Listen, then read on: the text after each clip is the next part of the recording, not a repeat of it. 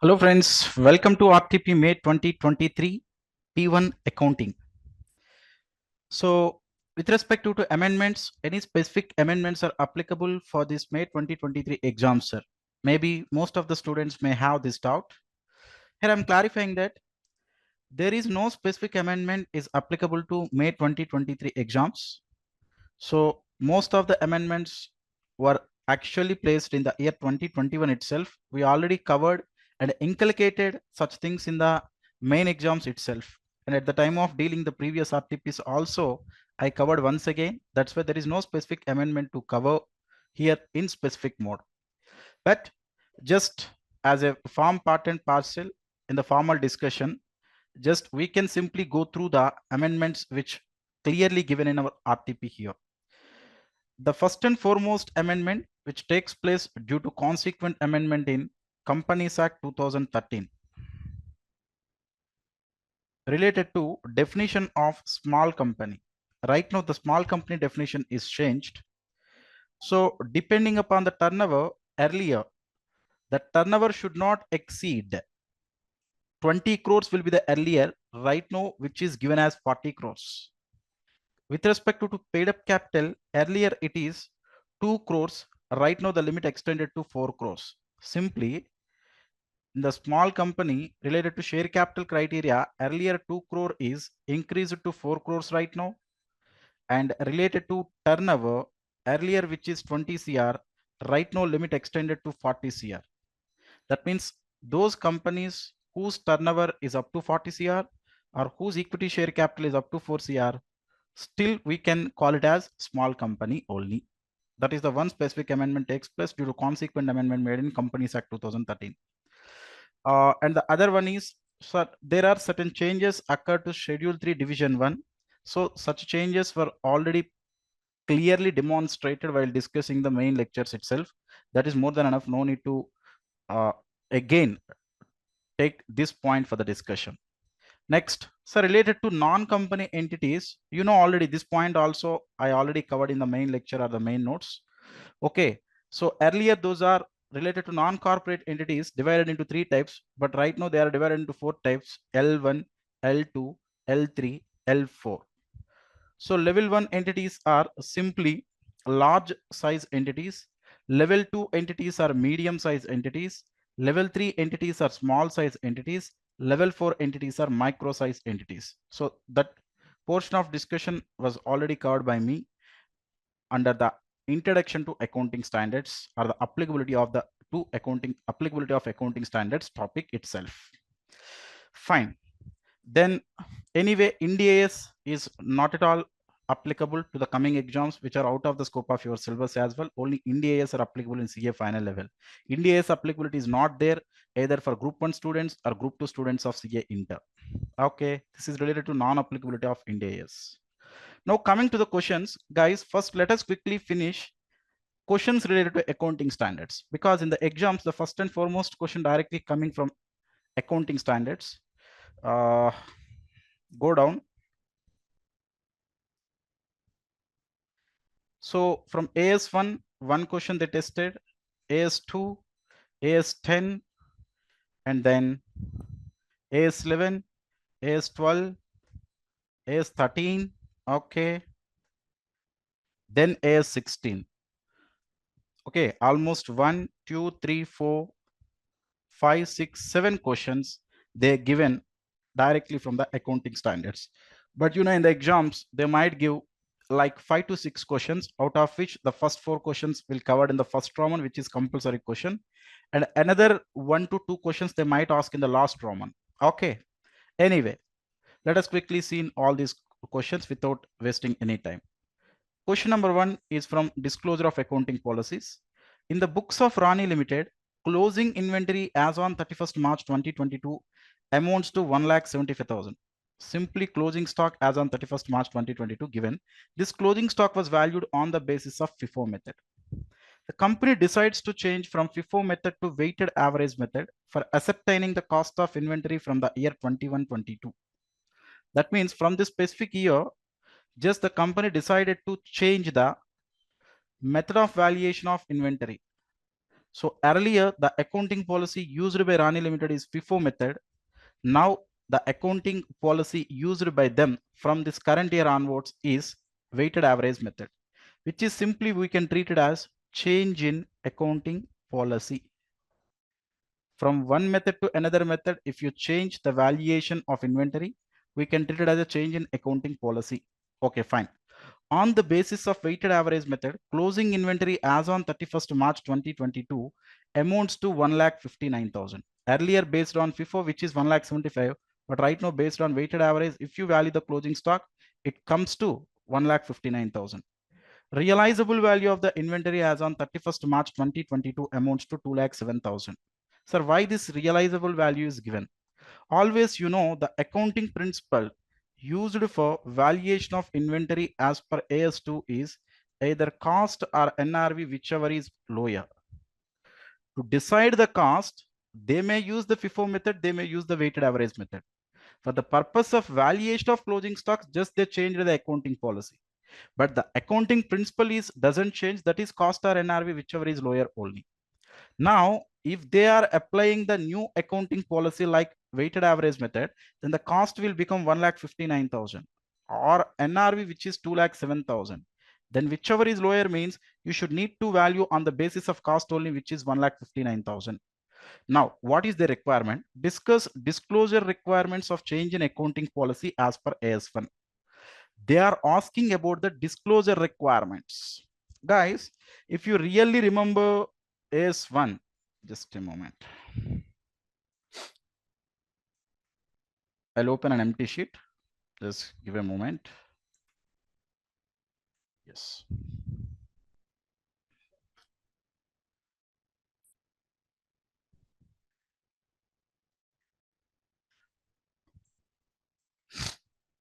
So what happened? It's not working. Just a moment, guys.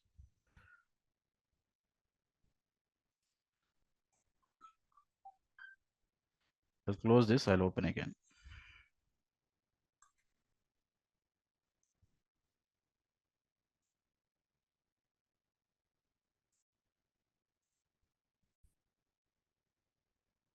So what AS1 told, related to change in accounting policy, I'm talking. Whenever there is a change in accounting policy, first of all, you should need to disclose such fact. Disclose such fact in the financial statement. What is that fact? Previously, which accounting policy you are using, right now to which accounting policy you are converted. You should also need to disclose the financial impact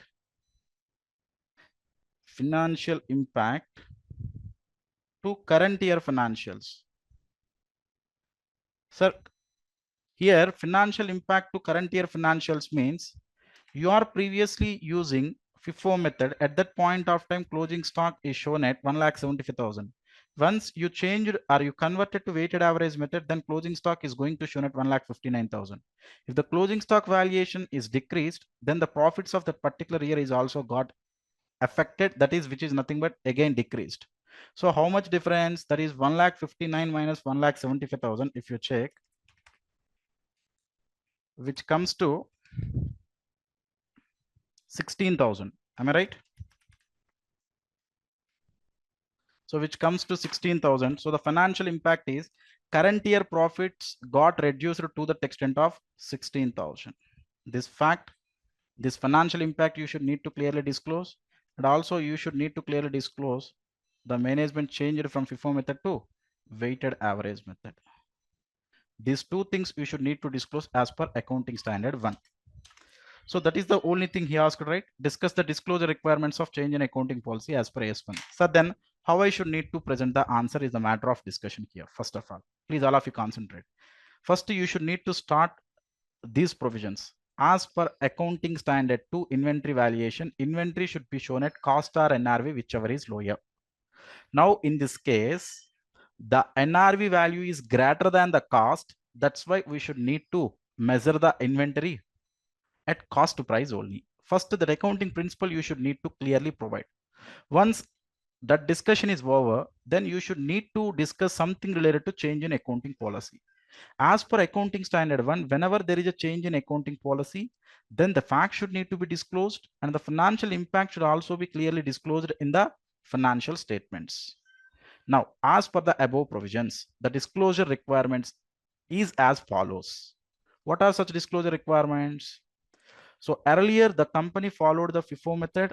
Right now the company is going to convert to weighted average method, due to which the closing stock is going to be reduced by to the extent of reduced to 1,59,000, due to which the current year profits are decreased by 16,000. The same fact you should need to clearly provide as a disclosure. Now let us check with the quick answer, guys, just for your information.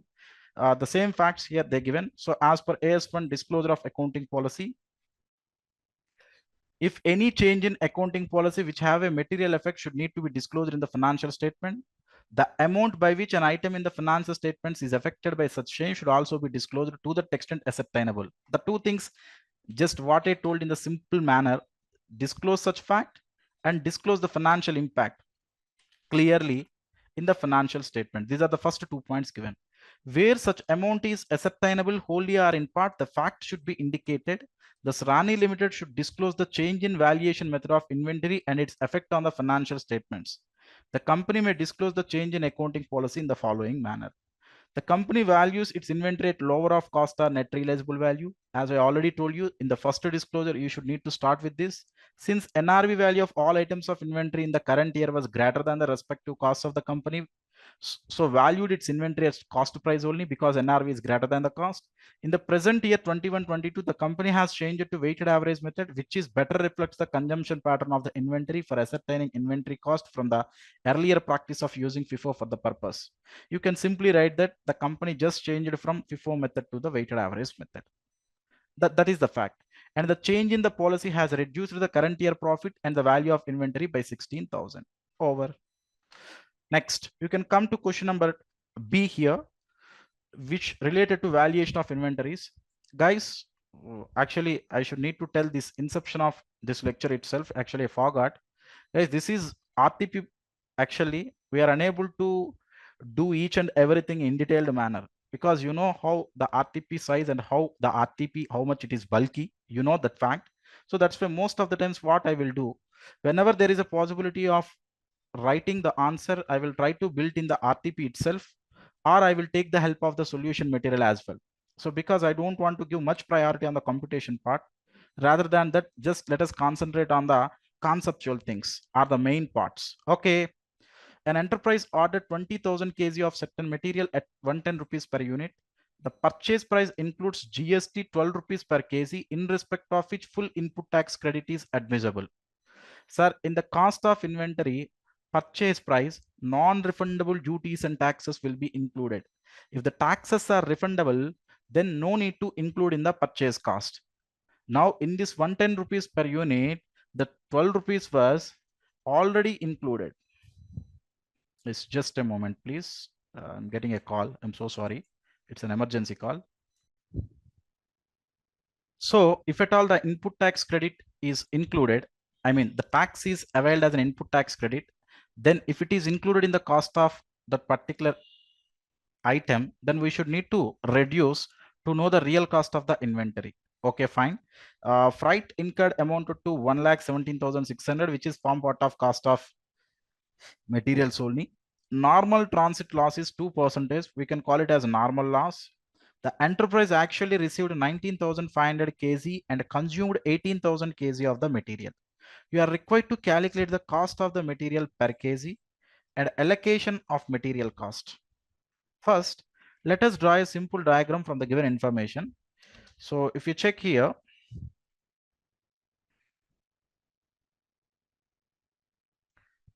so initially 20,000 kilograms is sending actually.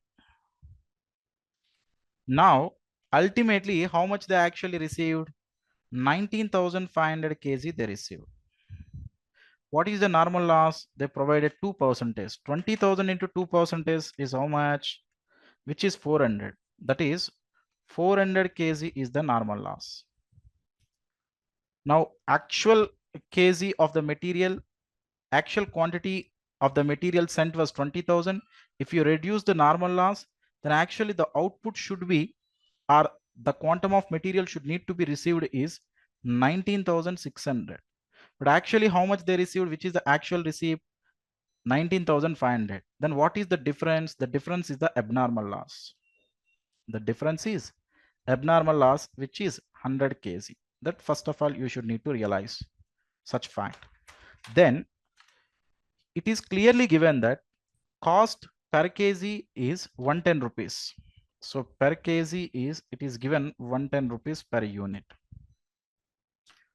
And out of that GST component is 12 rupees they given. So which is not form part of cost of the material. That's why 110 minus 12 is nothing but 98. Now 20,000 into 98, which is equal to 19,60,000. If you check for this, what you should need to add, if you check, freight incurred is there, which is 1,17,600. So freight incurred is form part of cost of inventory. What are all the cost incurred to bringing the inventory to present location and condition?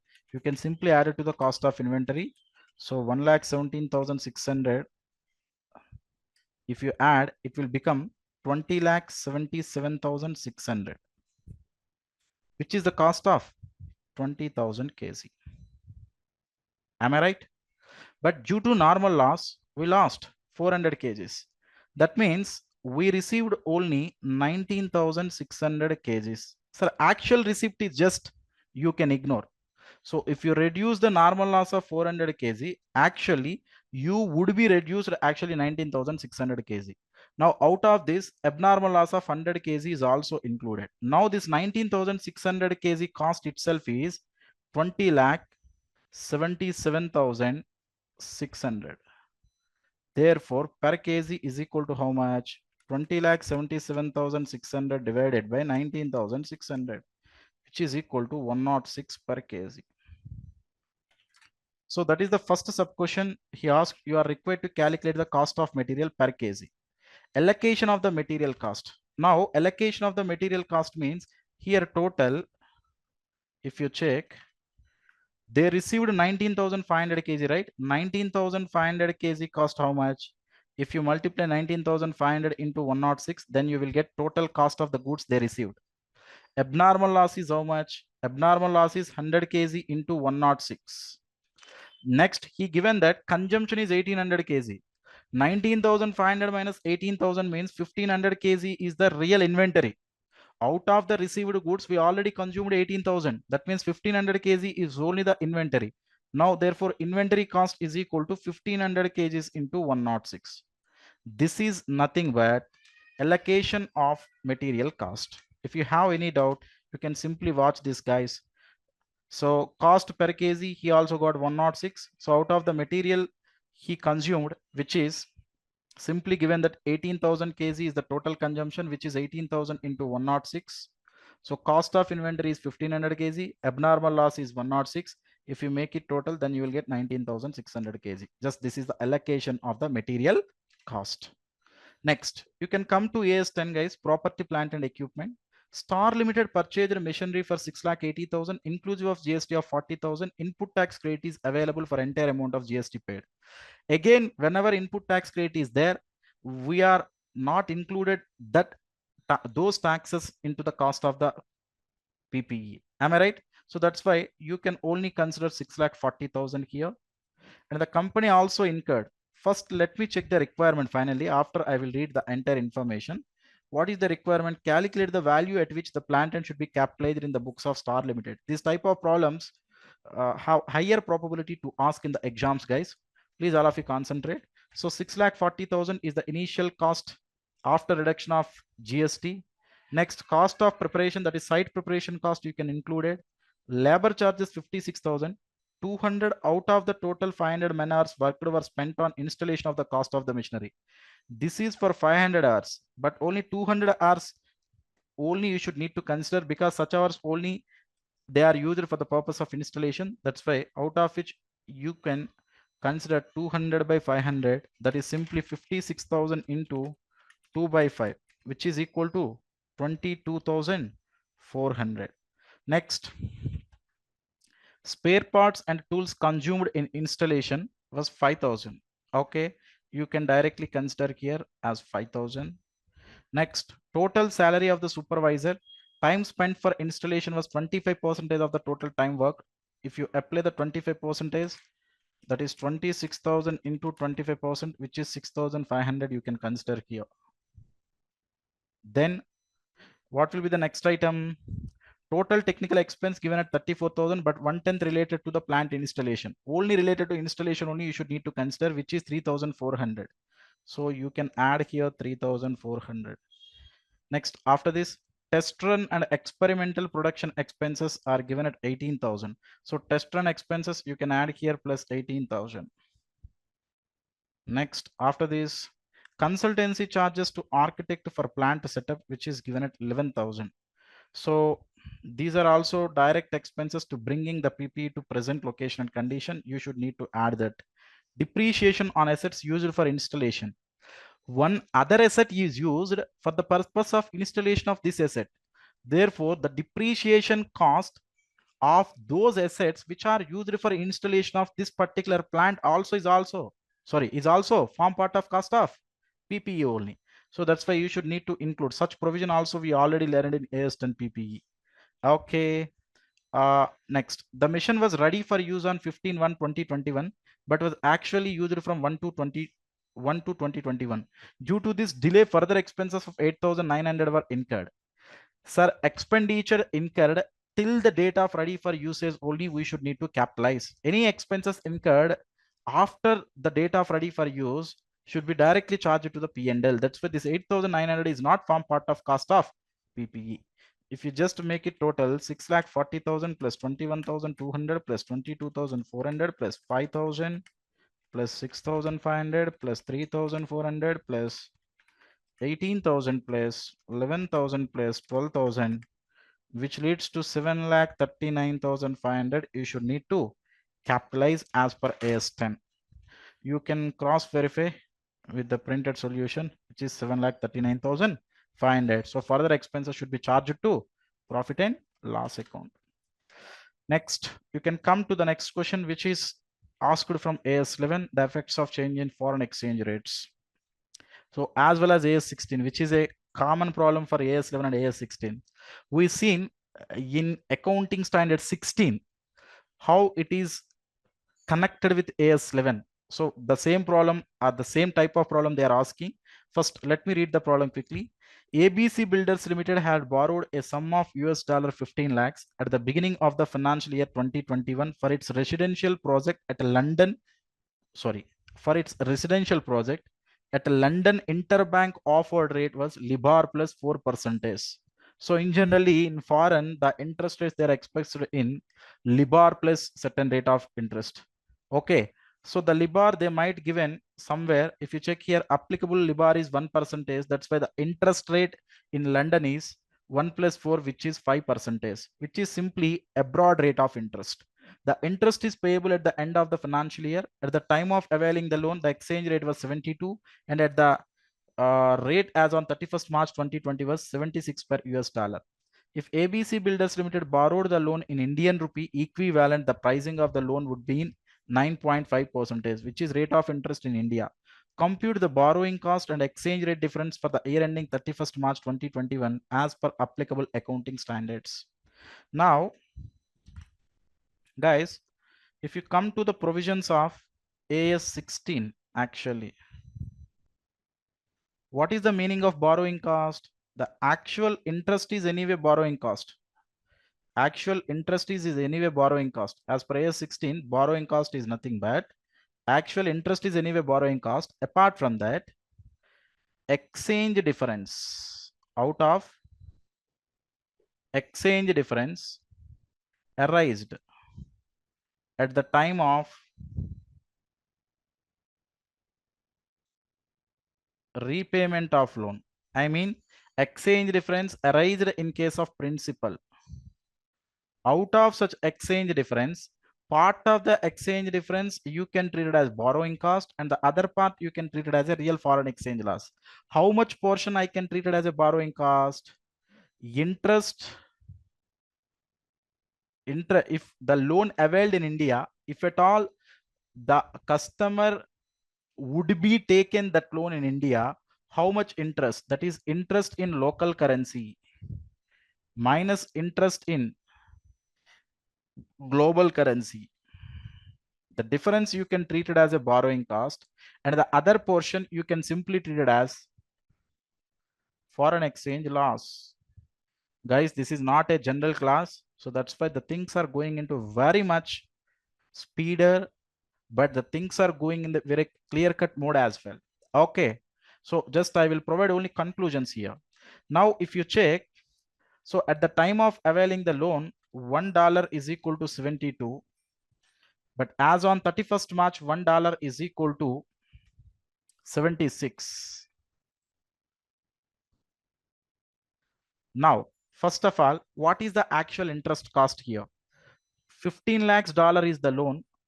On 15 lakhs, 5% is, now 15 lakhs dollar into 5% is equal to how much dollar?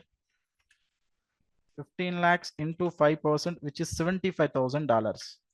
Now this interest, when I should need to pay, actually this interest should need to be payable as on 31st March 2021.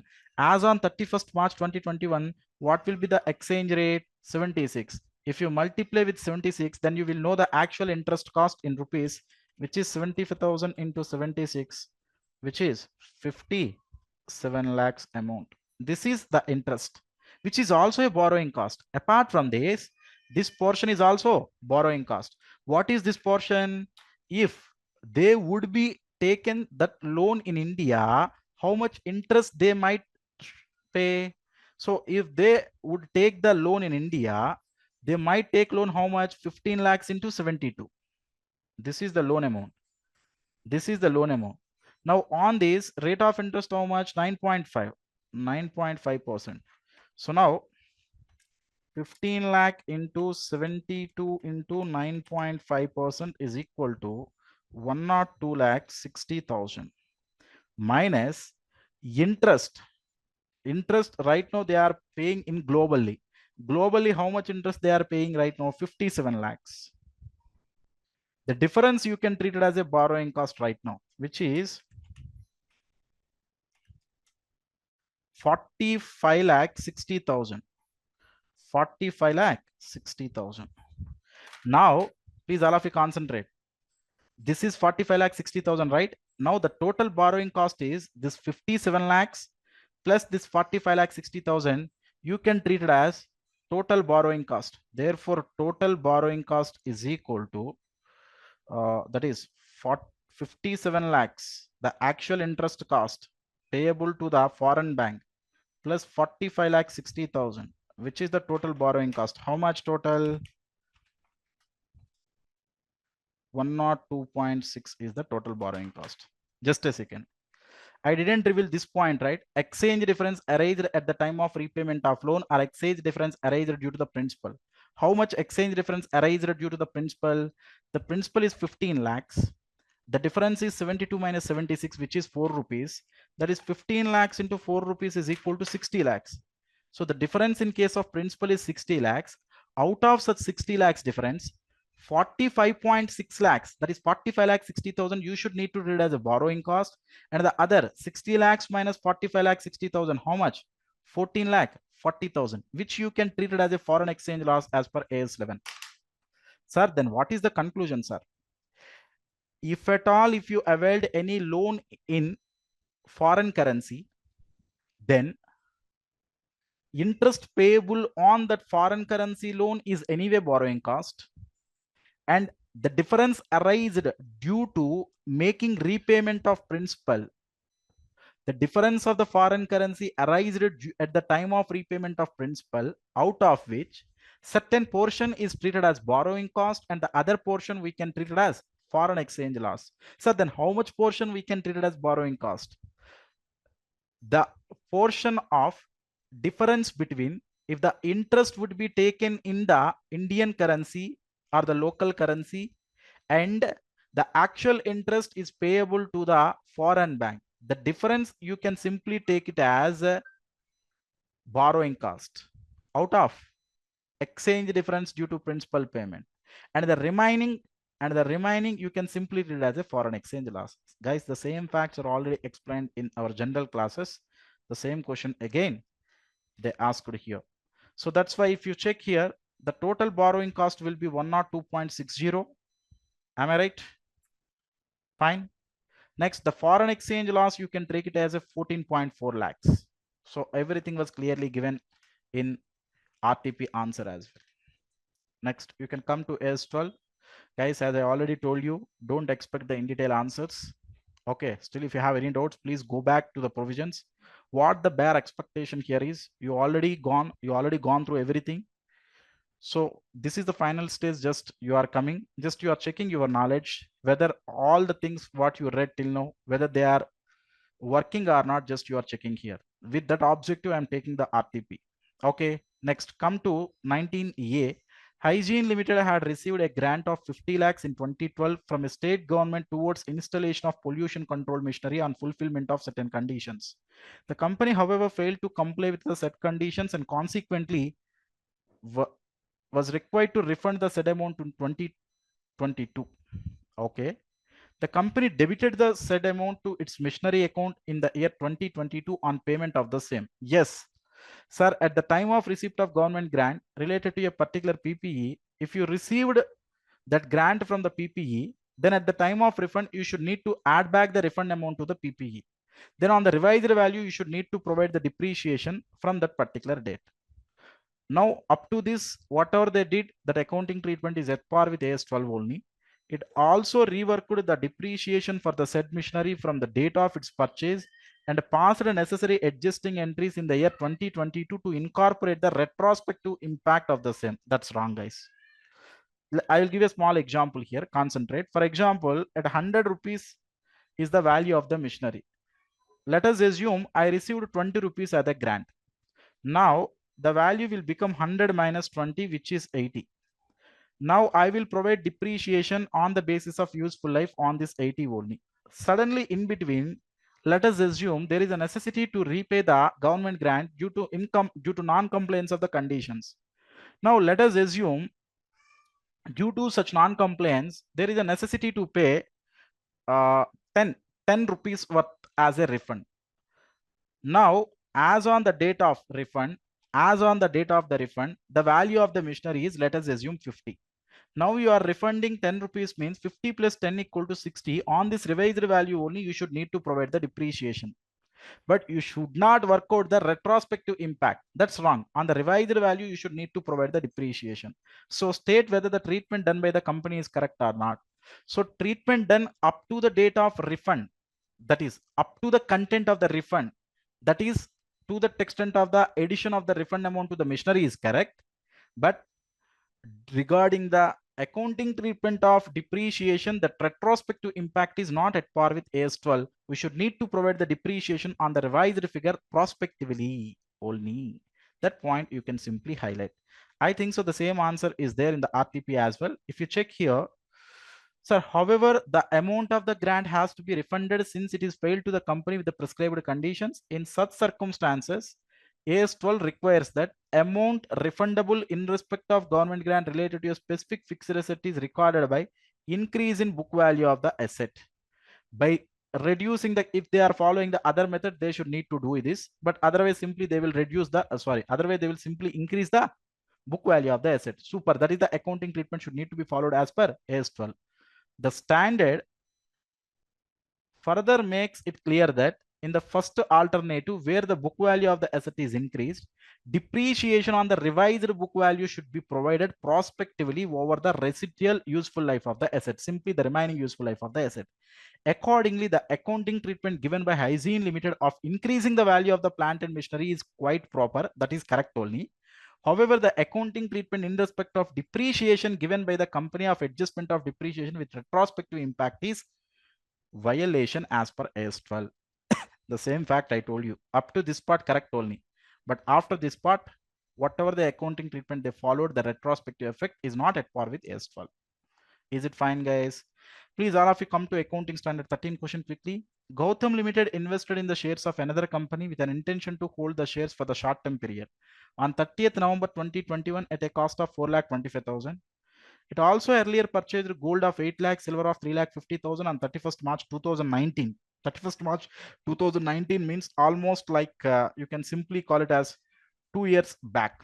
Market value as on 31st March 2022 of the above investments are as follows: shares 3,50,000, gold, silver given. You are required to explain how will the above investment shown in the books of accounts of Gautam Limited for the year ending 31st March 2022 as per the provisions of AS 13. It's very simple. As on the date of reporting, if the investment is a short-term investment, which should be carried at cost or market value, whichever is lower.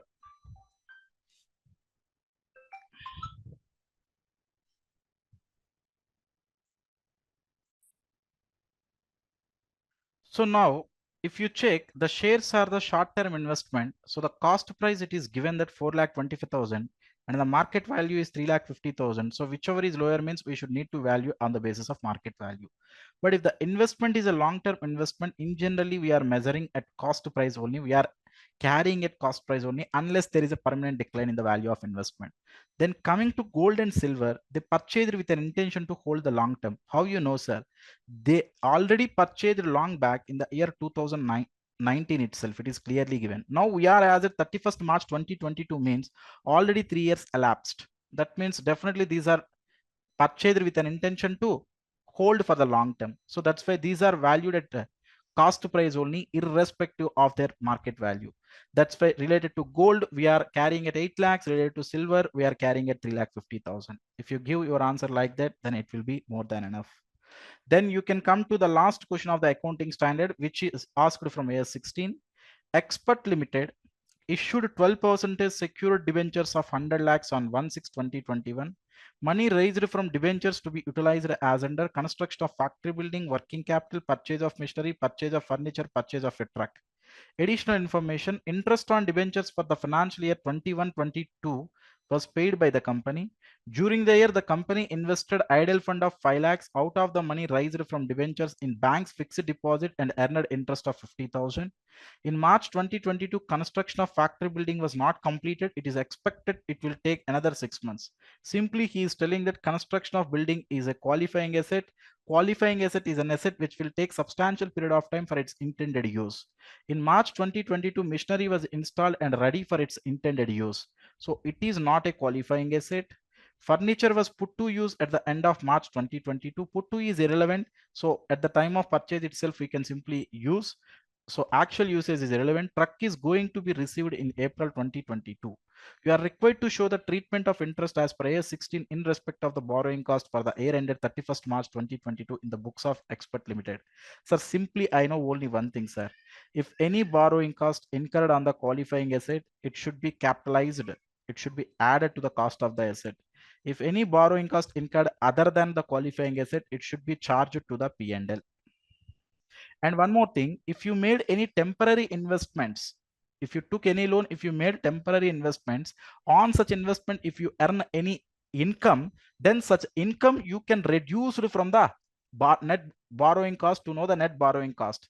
Simply, borrowing cost is equal to the total interest minus income on the temporary investments. Such thing only you can treat it as a net borrowing cost.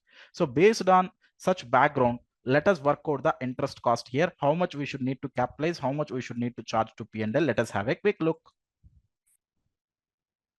Now friends, let me know all of you quickly. So total, we take a loan for 100 lakhs. 100 lakhs into 12%, which is nothing but 12 lakhs is the interest cost for a particular year.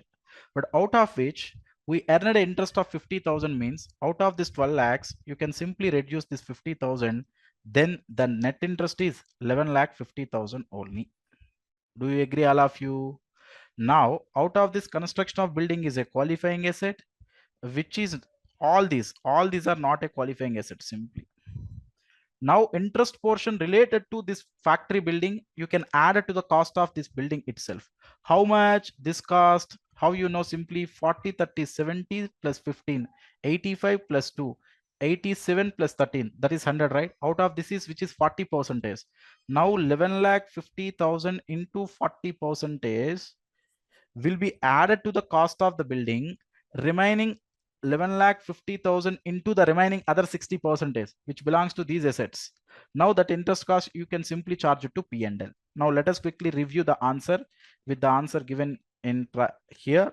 So if you check the total borrowing cost out of the 10 lakhs, which is 12 percentage. But one thing, guys, here, period also you should need to apply. Actually, I forgot to apply that, because here, if you check, the loan was taken as on 1/6/2021, and the year ending it is given that 31st March 2022. Then April, May. If you reduce the 2 months, then 10 months interest only you should need to consider. That is 12 lakhs into 10 by 12 also you should need to take. Now this is not the 11,50,000. I'm so sorry. Then 12 into 10 by 12, which is equal to 10 lakhs. Out of the 10 lakhs, if you reduce this 50,000, then you will get only 9.5 lakh. Now, if you apply the on 9.5 lakh 40 percentage, you know how much interest cost should need to be capitalized. That is 9.5 lakhs into 40 percentage. So remaining as per their proportion, they should need to simply charge it to profit and loss account. Just all of you, please apply the time period also in the flow. Just I forgot that. Okay. So with this, we successfully completed all the problems which are based on accounting standards, guys. Next, one more thing, just a second. Let us consider this problem, which is based on framework for preparation and presentation of financial statements. A Limited has entered into a building agreement with Gamma Limited. Sorry, A Limited is entered into a binding agreement with a Gamma Limited to buy a custom-made mission for 1 lakh. Custom-made mission means this mission is only useful for A Limited, which is not useful for any other party. At the end of 21-22, before delivery of the mission, A Limited had to change its method of production. The new method will not require the mission ordered and it will be scrapped after delivery. Why? We may not be sold to any other party because which is a custom based mission and which is not useful to me as well because I changed the production method. The expected scrap value is nil. You are required to advise the accounting treatment and give necessary journal entry in the year 21-22. Guys, if they ask this question like that, then you can simply give the journal entry, but you should need to provide the explanation as well. What is that explanation? Now, if at all we can able to generate any future economic benefits out of that particular resource, then that particular resource we can call it as an asset. But right now, if you check from that custom made mission, we are unable to generate any future economic benefits. That's why we should need to treat the entire amount as an expense. We should need to treat the entire amount as an expense. And one more thing, is there any liability exists here? Binding agreement is there. Liability is nothing but which is a present obligation, which definitely should occurring of certain economic benefits outflow from the organization. That's why there is a binding agreement. That's why liability is exist. That's why the entry is expense to liability. In general, I'm telling what is that expense? That expense is due to loss of machinery due to change in method account debtor to liability account. Now this loss of change in production method, you can simply transfer to P&L. That P&L to loss of change in production method. Now what is the ultimate entry? P&L account debtor to liability account, that is gamma account. Is it okay to all of you? If you does not believe me, or if you're not willing to accept my points, you can check here. Loss on change in production method to gamma, P&L to loss of change in method. The same definitions he is giving in the first definition, liability definition given. Liability is an outflow of economic resource. Next, we are unable to treat it as an asset because we are not generating any future economic benefits. That's why we are treating it as an expense. The same two definitions given, those entries were given. So this is the question from framework for preparation and presentation of financial statements. Next, you can come up, that is you can check clearly from problem number 1.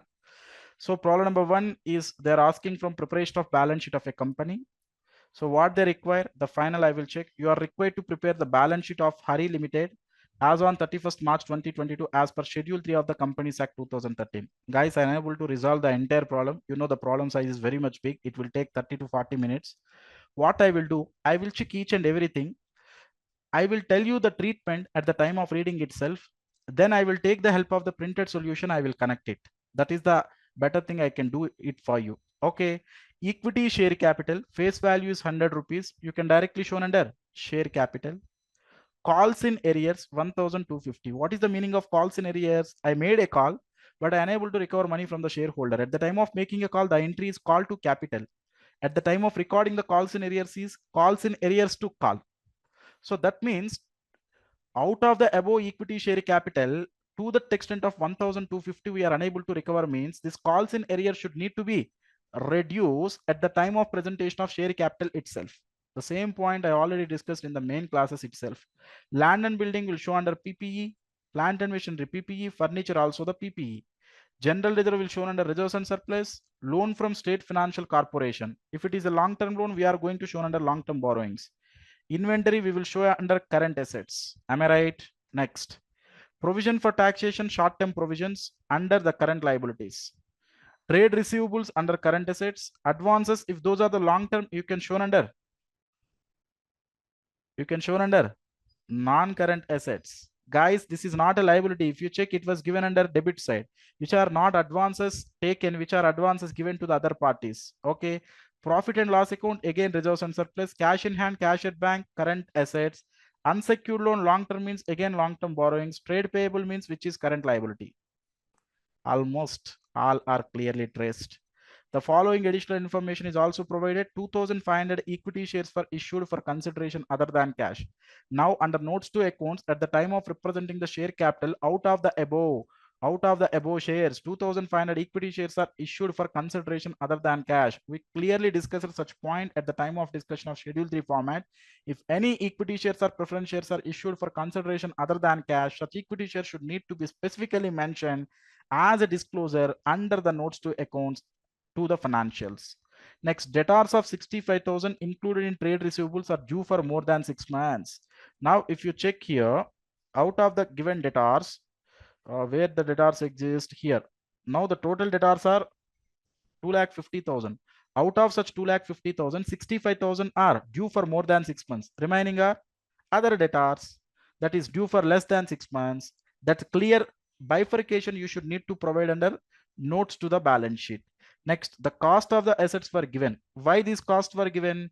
Now the difference is depreciation. You should need to present like this: cost minus depreciation. Then you will get the net book value. Like this, each and every PPE you should need to clearly present in the balance sheet under the notes to accounts.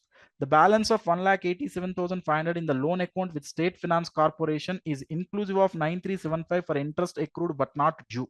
If you check here, loan from State Financial Corporation, out of this 1,87,500, something related to 9,375. This 9,375 is interest accrued but not due.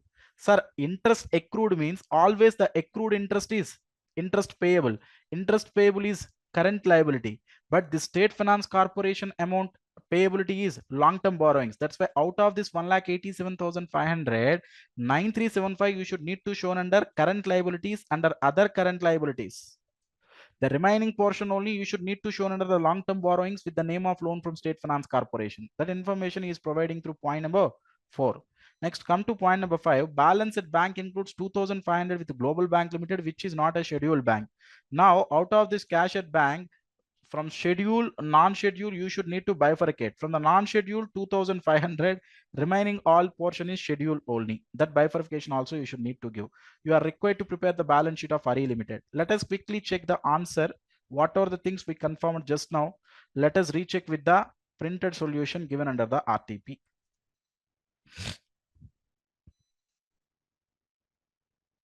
Now guys, come to the share capital.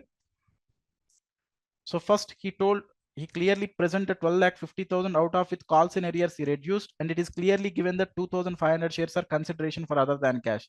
He got equity share capital 12,48,750. That's absolutely fine. Under reserves and surplus, two reserves are there. One is profit and loss account and the other one is general reserve. He represented both the reserves under reserves and surplus. If you check general reserve and surplus and long-term borrowings, two things are there. If you are coming to the borrowings, one is related to loan from State Finance Corporation, which is 1,87,500 minus 9,375, which is 1,78,125, which is one long-term borrowing, and the other one is unsecured loan, which is 1,51,250. So two are clearly represented. One is State Finance Corporation, 178,125, and the other one is unsecured loan. Guys, in case of non-current liabilities, any other are there? That is deferred tax liability, other non-current liabilities, long-term provisions, nothing else. Then you can come for the current liabilities. Under current liabilities, trade payables exist, which is 2,50,000. And one more thing is short-term provisions is the provision for taxation, which is for 1,60,000. And any other things exist, guys? I think so. Nothing more, right? So only two things are there. Such two things you can simply represent. One more thing, this outstanding interest is there, accrued interest 9375, that is under other current liability. Total three components are there. One is trade payable, and the other one is other current liability for this 9375, and the other one is short term provisions. Now you can go here, trade payables, other current liabilities is nothing but outstanding interest or accrued interest, and short term provision is provision for taxation. With that, liability is over. Then you can come for assets. First, these assets you can represent, that is PPE, land and building, plant and machinery, furniture, gross block less depreciation. Okay, they are already represented in the notes to balance sheet clearly here. So land and building less depreciation, plant and machinery less depreciation, furniture and less depreciation. Then after PPE, is there any other long-term assets are there?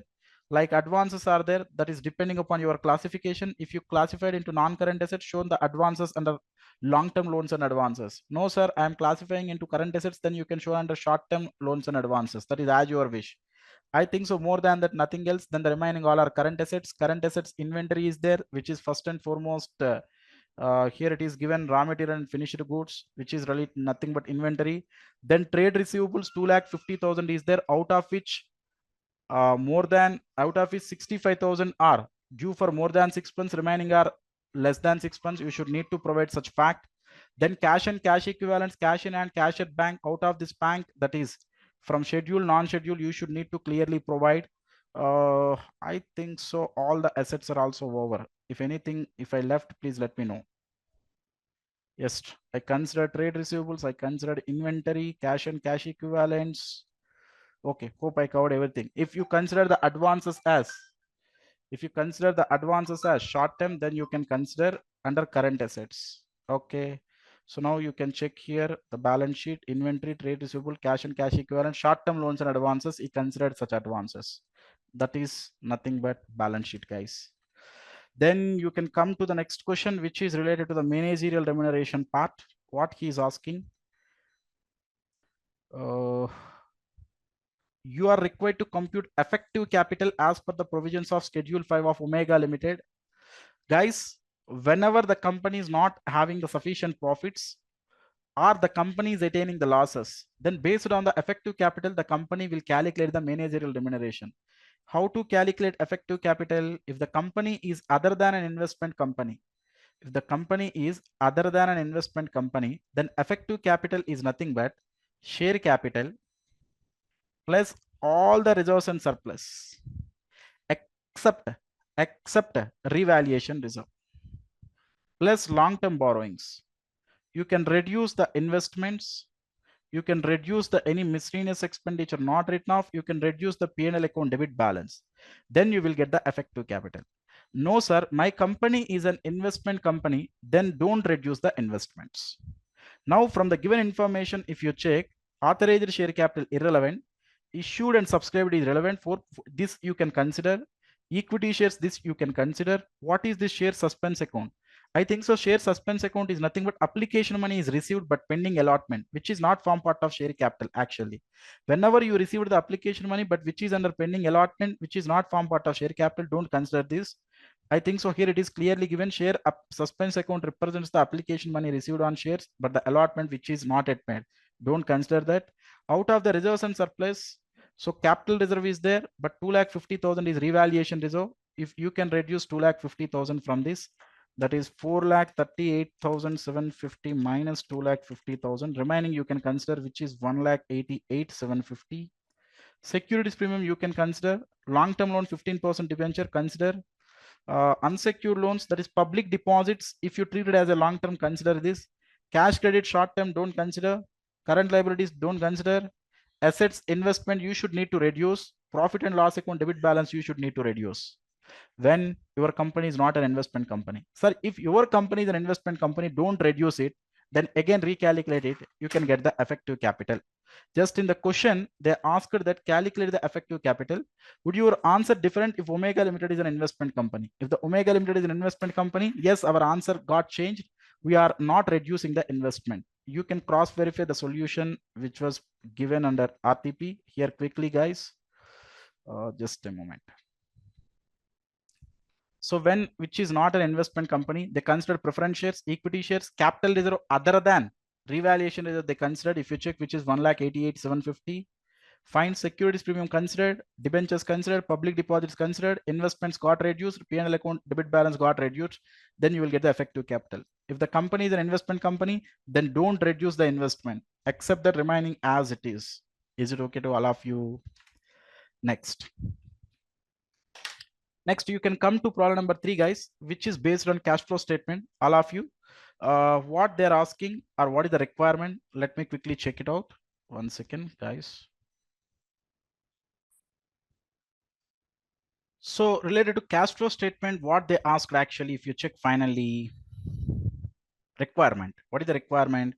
You are required to prepare the cash flow statement using indirect method. You know the difference between direct method and indirect method is which related to operating activities. In case of indirect method, operating activities will start with net profit before tax. From here, we will start. Out of that net profit before tax, we will adjust non-cash and non-operating items. After this, what we will do? We will adjust working capital changes. In that working capital changes, increase in current asset, we will reduce. Decrease in current asset, we will add.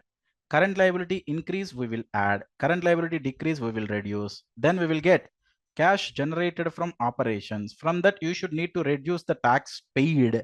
Then you will get net cash flow from operating activities.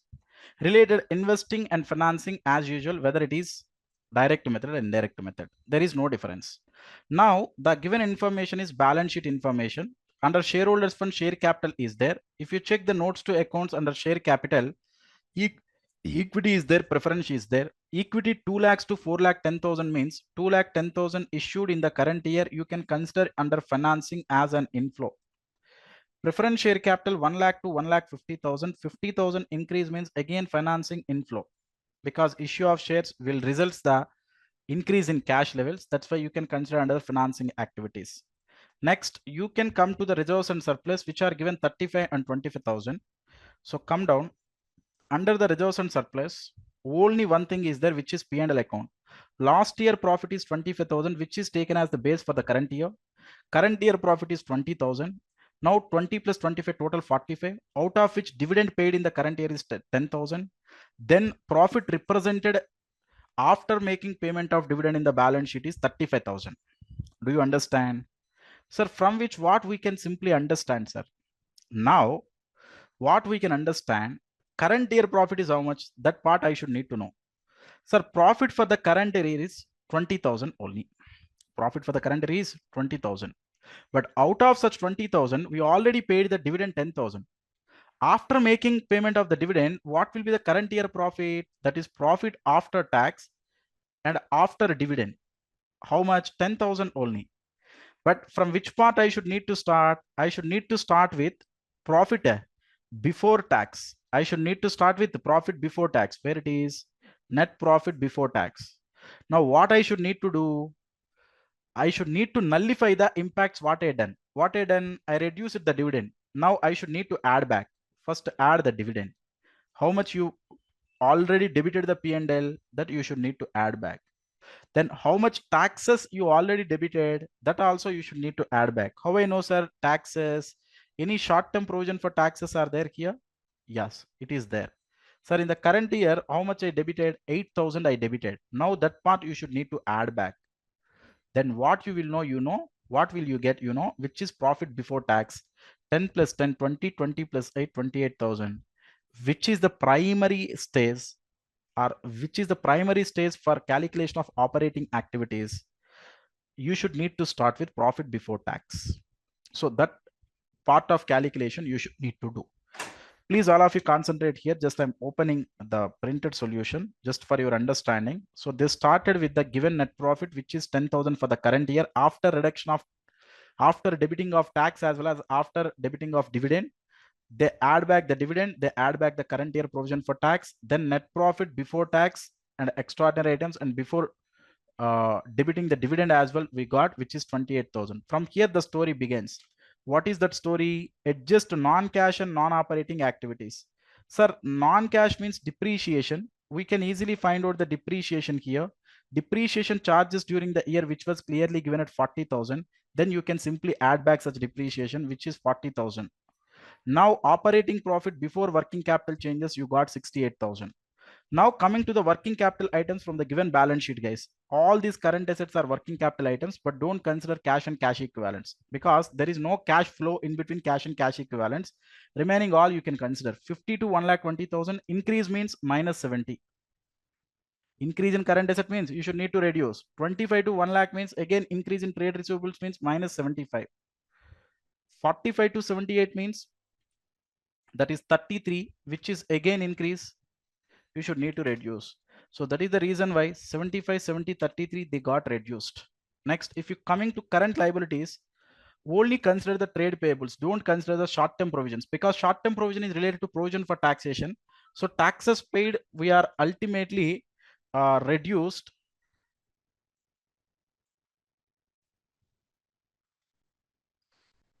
So the taxes payment, we will consider separately. That's why don't make it adjust at the time of adjustment of current liabilities. So that's why you can only adjust, that is increase in current liability, that is addition of 90,000.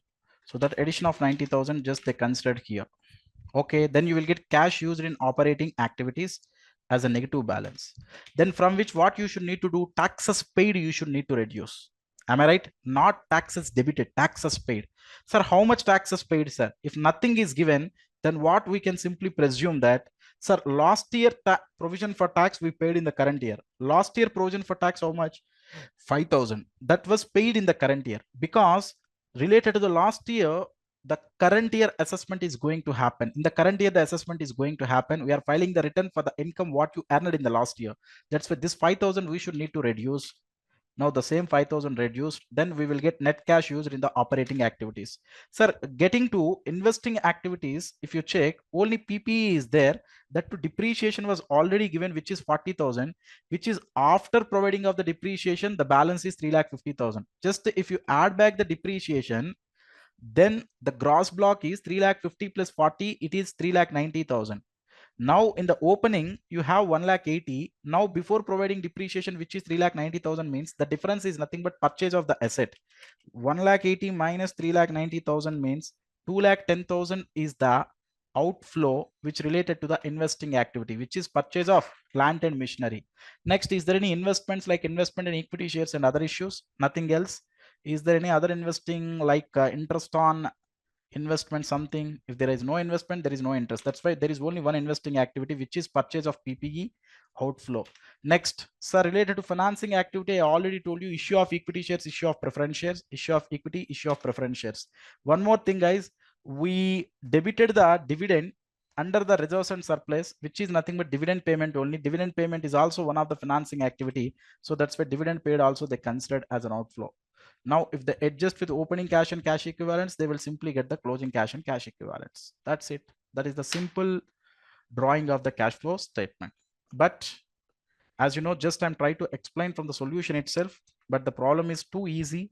But what you should need to do at the time of reading the problem itself, where it ultimately hits the cash flow statement, you should need to check accordingly the relevant portion. You should need to put in your mind at the time of presentation of the cash flow statement. You should need to pick the right item at the right place and just make it present. That's it, guys. Still some more problems are there.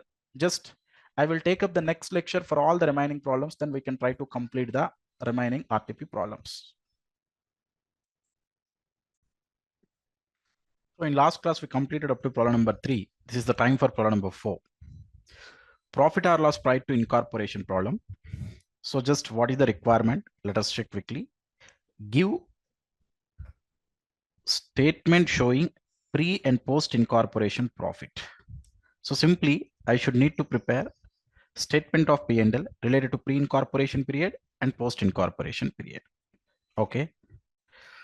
Now the given information, Mr. New Venture, who was carrying on business from 1st June 2021, gets itself incorporated as a company on 1st October 2021. So this is the starting date, that is 1/6/2021, and the date of incorporation is 1/10/21.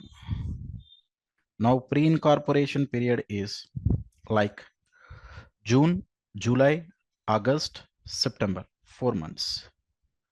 And the closing date, that is reporting date for preparation of financial statement, is 31st March 2022. Here it will coming as 6 months, which is a post incorporation period. Therefore, time ratio is equal to 2:3. Next, the gross profit for the period is 1,20,000, which we should need to distribute on the basis of sales ratio. If sales ratio is not available, we will use the time ratio. General expenses are 24,000. We may use the time ratio. Next, director's fees 24,000 per annum. Here, if you check, after incorporation, only director will be there. It is per annum 24,000 means, then for post incorporation period, which is 6 months, which we should need to consider the 12,000. Incorporation expenses, which are 4,000 pure post, you can directly make it present under post period. Rent up to 31st December 2021 was 6,000 per annum, after which it was increased to 8,000 rupees per annum. Per annum means per month. It is 500 here. Here per month it is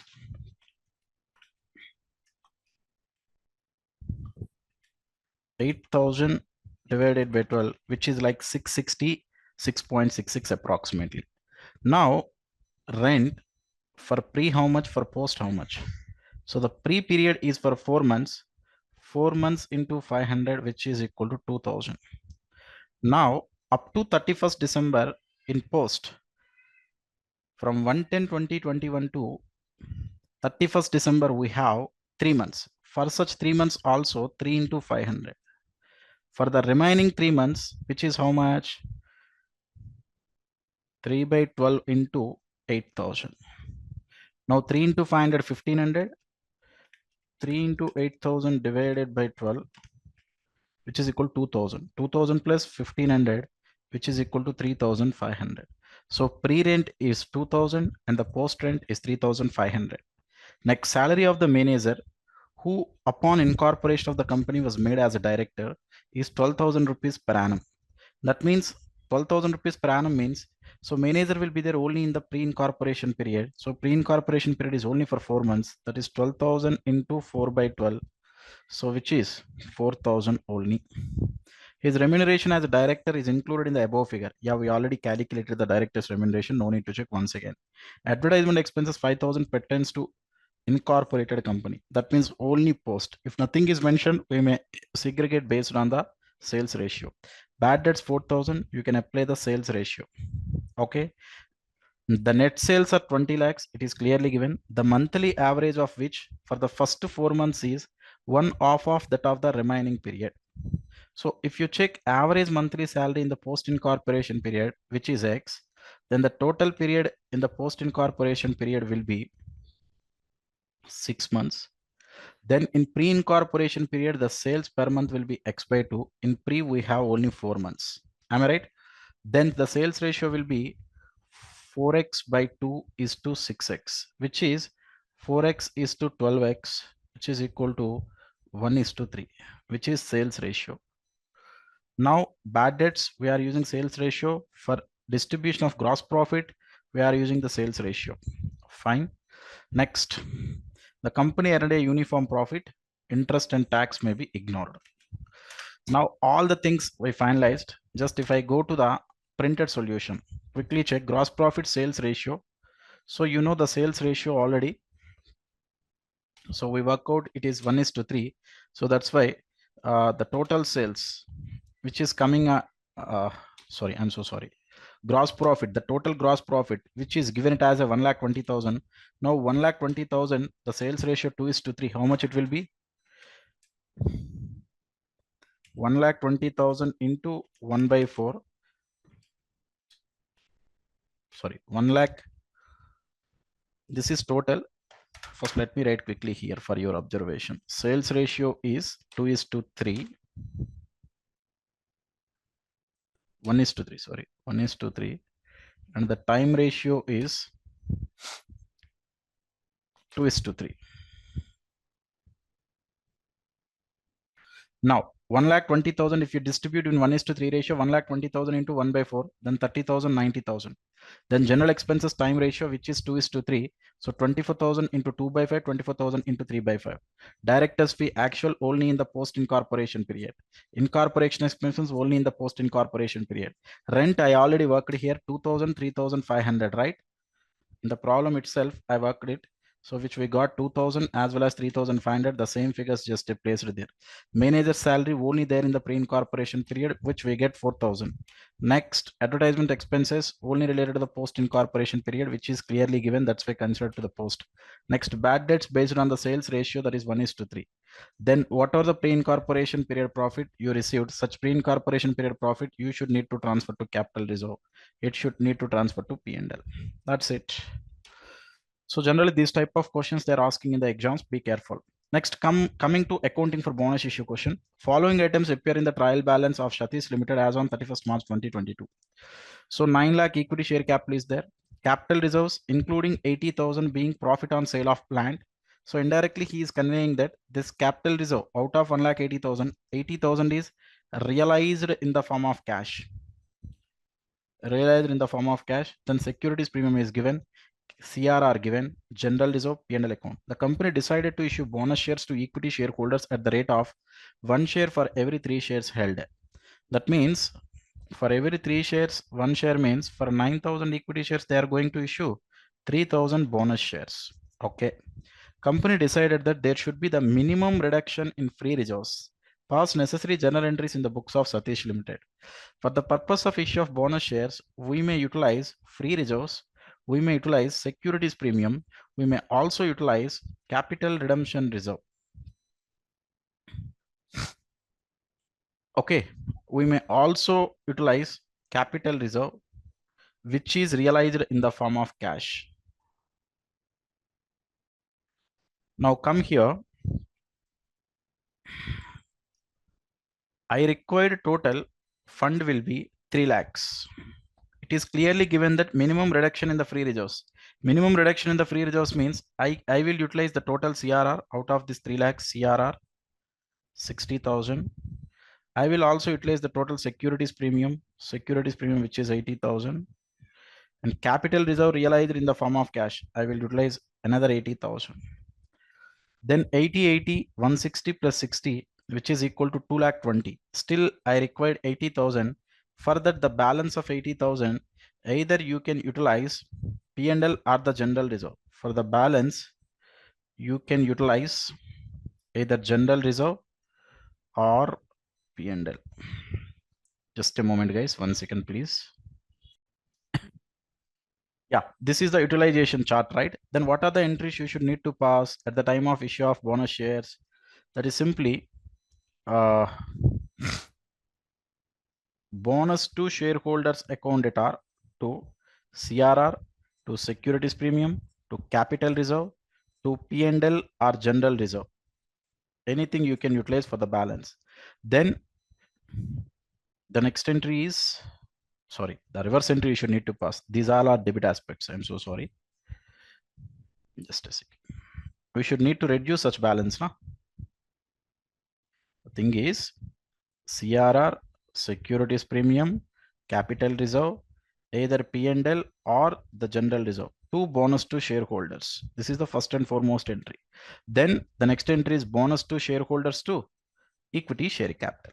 You can cross verify the answer with the solution. So CRR, securities premium, capital reserve, general reserve, or you can utilize either P&L to bonus to shareholders and bonus to shareholders to equity share capital. Over. Next, you can come to issue of right shares question. A company having 1 lakh shares of 10 each as its issued share capital and having a market value of 46, issue right shares in the ratio of 1:10 at an issue price of 31. Now, right share issue price is only relevant for the purpose of recording the right shares. The entry is bank to equity share capital to securities premium. Bank is how much? 1 lakh into 31. which is 31 lakhs, out of which equity share capital. So first of all, I'm so sorry. First of all, please decide the number of right shares. That is 1 by 10 means 1 lakh into 1 by 10 means only 10,000 right shares they are going to issue. So 10,000 into 31, which leads to 3 lakh 10,000 only. The total bank is 3 lakh 10,000. Then 10,000 into face value is given anywhere. Yeah, it is given, which is 10 rupees only. Then 1 lakh is equity share capital and 2 lakh 10 is securities premium. This is the entry you should need to pass at the time of issue of right shares. So bank to equity share capital to securities premium. Next, you can come to redemption of preference shares questions. All are small chapters. That's where the questions we can complete very easy mode and in very speedy manner. The board of directors of a company decided to issue minimum number of equity shares of rupees 9 to redeem 2,50,000 preference shares. The maximum amount of divisible profits available for redemption is 1,50,000. Calculate the number of shares to be issued by the company to ensure the provisions of section 55 are not violated. Also determine the number of shares if the company decides to issue shares in multiples of 50 only. If you really remember the concept of redemption of preference shares, under that we discussed one concept, which is minimum number of shares issued for redemption of preference shares in two angles. One is to comply the provisions of section 55 when existing source they are using. To comply the section 55, what will be the minimum number of shares we should need to issue for the purpose of redemption of preference shares is, first we should need to check the total face value of the preference shares to be redeemed, out of which existing reserves available for redemption we should need to reduce. Existing free reserves available for redemption we should need to reduce, minus if management decides that you should need to freeze this particular free reserve, like P&L you should need to maintain this much of balance, that balance also you should need to reduce. That means for the remaining balance we require fund through issue of shares. Here it is clearly given that how many number of equity shares you should need to issue for the purpose of redemption, right? Now what is the total face value of the preference shares to be redeemed, which is 2,50,000. It is given that, which is 2,50,000 minus existing free reserves. How much? The maximum amount of the free reserve, which is 1,50,000 we have. So in the question, there is no information related to the freezed amount. I mean, this much of P&L you should need to maintain after redemption, like that not given. That's why entire 1,50,000 I reduced. Now 2,50,000 minus 1,50,000, still I required 1 lakh. For this 1 lakh, I should need to issue shares. Okay. Each and every share price is how much? 9 rupees. 1 lakh divided by 9 rupees means how much? Which is equal to 11,111.11 share. But you know, fraction of shares will not be possible. That's why 11,112 shares are going to be issued for the purpose of making the redemption in the smooth manner. That is one answer. Another question is also asked in the problem. Also determine the number of shares if the company decide to issue the shares in multiples of 50 only.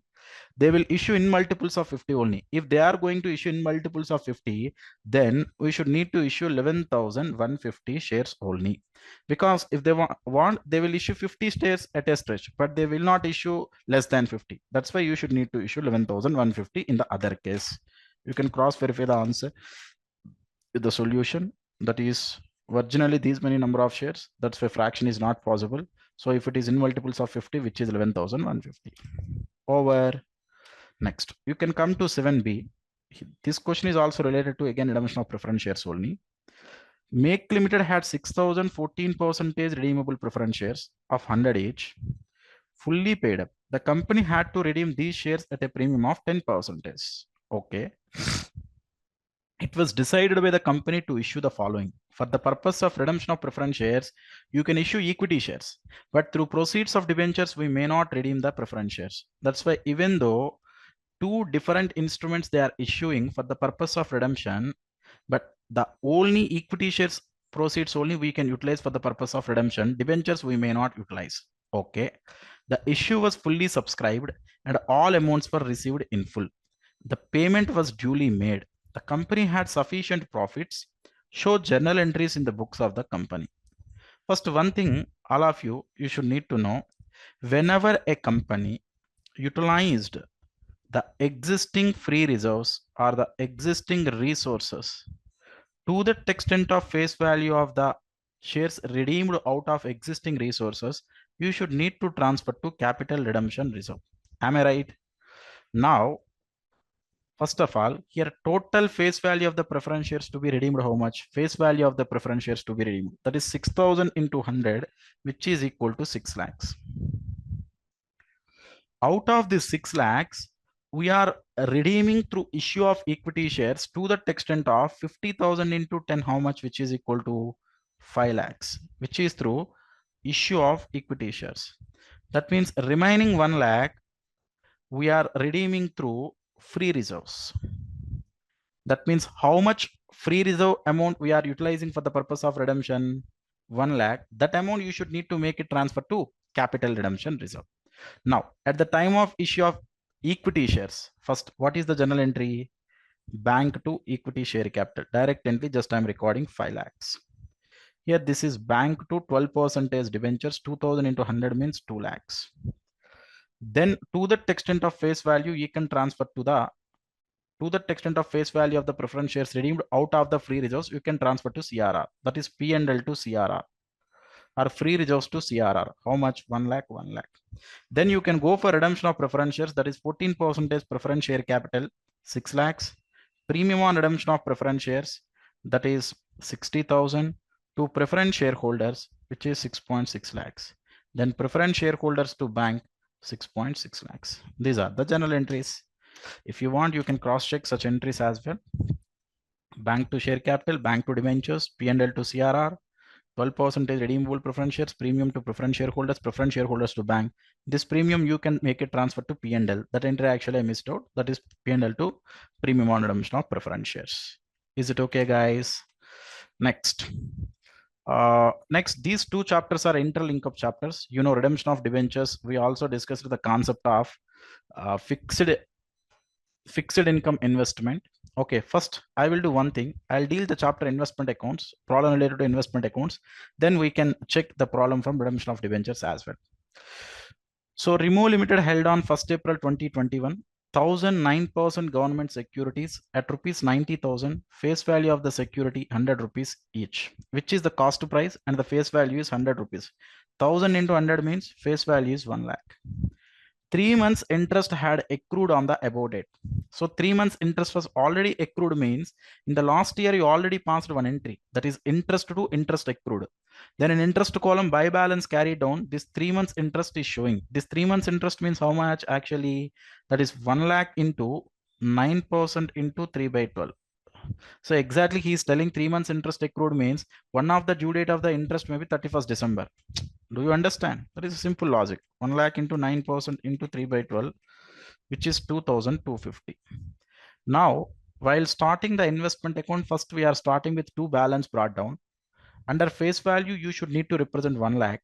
Under interest column, opening balance, you should need to represent 2,250. And under the cost column, you should need to represent this 90,000. That is the information. Next, on 1st May, the company purchased the same government securities of the face value of 80,000 at 95 come interest. Now, at the time of purchase, what is the journal entry? Investment account are to bank account. And on the face value, you can clearly represent it is 80,000. Then the interest column from the last date of payment to up to date of purchase. So actually the date of purchase is 1st May. First of all, we should need to know the due dates of the interest. Here it is clearly given 30th June is one due date and 31st December is another due date.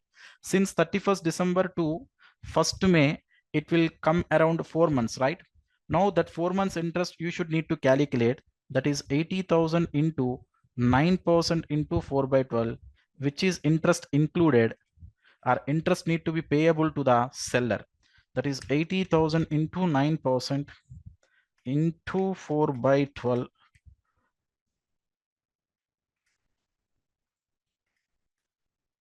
So which is equal to 2,400.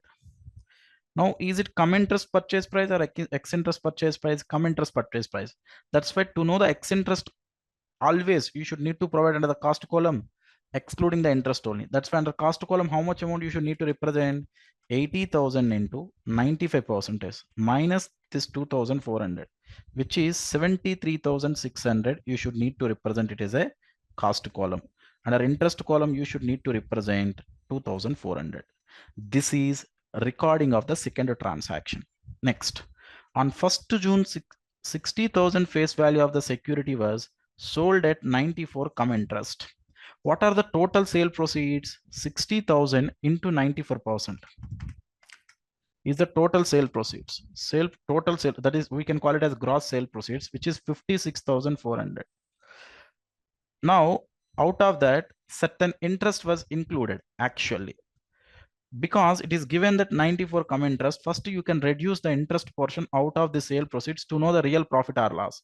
Now, if you reduce the interest component, interest you should need to calculate from last date of payment to up to date of sale. So last date of payment is 31st December. The date of sale is 1st June. That's why 5 months will be there. 60,000 face value interest, 60,000 into 9% into 5 by 12, which is equal to 2,250. Now the net sale proceeds are 54,150.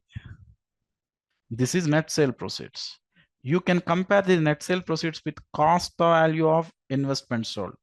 Now the face value of investment sold was 60,000. It is clearly given that I actually not read the entire problem. So if you check here, they are following the FIFO method. FIFO method means the first purchased investment they are selling. The first purchased investment face value is 1 lakh. That 1 lakh cost is 90,000. Then they are selling 60,000 face value. Then 1 lakh is 90,000 cost. Then 60,000 is how much? 60,000 into 90,000 divided by 1 lakh, which is 54,000 actually. This 150 is profit. So total till now 3 transactions actually occurred. How they provided the posting simultaneously also I'll show here. Please concentrate. So for the first transaction, for the purchase of investments, face value 1 lakh, interest 2250, cost 90,000. Just a moment. Yeah. Next, second transaction, purchase happened as on 1st May. 80,000 face value, 2,400 interest, 73,600 cost. You can check. Next, sale related thing. Sir, bank, we are getting 54,150 towards the cost price, 2,250 towards the interest price. 54,150, 2,250 face value 60,000. Profit how much? 150. That profit you should need to represent on the debit side of the cost column. That is 150. You know such all logics. I don't want to again repeat all such things. Okay, fine. Next, interest on security was paid each year on 30th June. Now, as on 30th June, we are getting the interest on investments. Out of this 1 lakh, you already sold out 60,000, remaining 40 plus 80, 1 lakh 20,000. On 1 lakh 20,000 into 9% into 6 by 12. Okay, which leads to 5,400. If you want, you can cross check, cross verify. So which was exactly matched, which is 5,400 entry bank to interest column. And the next transaction is on 30th September, 40,000 face value of the government securities were sold at 97 come interest. Again, gross sale proceeds.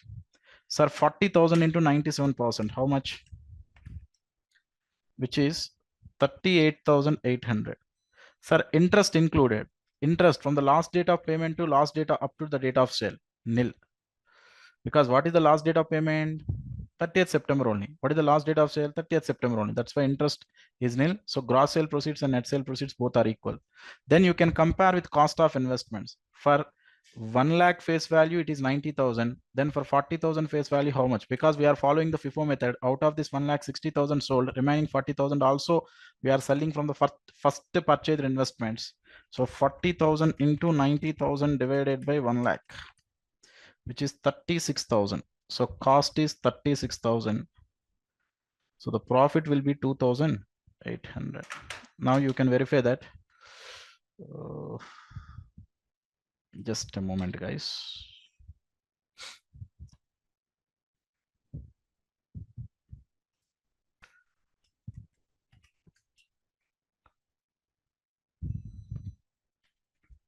So I mean 30th September means what are the thing we made correctly only, right? Then why we are getting different profit? One second. So interest actually from the last date of payment up to the date of sale means that 6 months interest coming to the picture. I think so. 40,000 into 9% into 6 by 12, which is equal to 1800. If you reduce this 1800, then how much?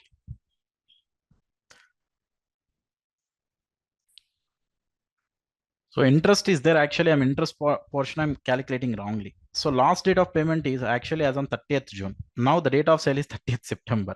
So 3 months actually is there. So 3 months interest we should need to reduce. Now 3 months interest means how much, which is on face value, that is on 40 lakhs, 40 lakhs into, sorry, not 40 lakhs, which is 40,000. 40,000 into 9% into 3 by 12, which is how much? Which is 900. Now you can check right now. The net sale proceeds were 38,800 minus 900, which is 37,900. 37,900 minus 36,000. The difference is how much? Which is 1900 is profit, which should need to be transferred to P&L. Now you can check, we correctly work out. So earlier I take the wrong dates. The due date of the making payment of interest is June and December. Just in my back of my mind, just I thought that the due dates were September. That's why previously I considered the interest as nil, but that's wrong. The due date is 30th June. That's why 30th June to 30th September, which is 3 months. Now you can cross verify this, out of which 1900 goes to P&L under debit side, 37,900 cost column, credit side, bank side, credit side 900 interest column. So 900, 37,900, 1,900 over. Next, on 1st December, the company purchased the same security 10,000 at par X interest. Now 10,000 face value under face value column, to bank interest 10,000 into 9% into 5 by 12, which is 375 under interest column. Next, under the cost column, it is clearly given that at 95 rupees X interest, 10,000 into 95% is, then how much you should need to record?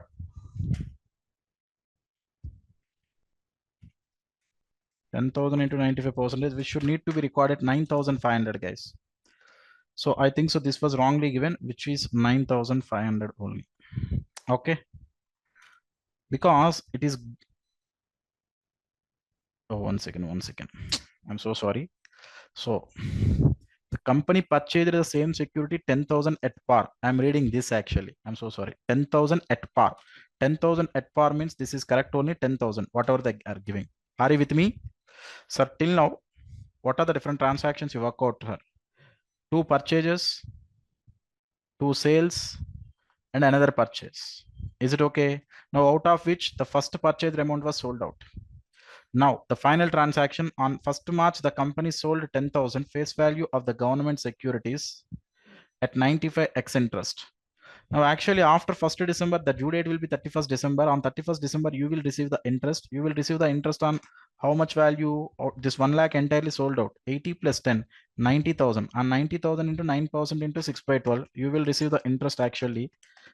So, which is 4050. The interest you can calculate this 80,000 plus this 10,000. Total how much? 90,000. 90,000 into 9% into 6 by 12. How much we are getting? 4050. The 4050 was given here. Next. So in the next chronological order, the next transaction was 1st March. The company sold 10,000 face value of the government securities at 95x interest, which is already exclusive of interest. So 10,000 into 95, how much?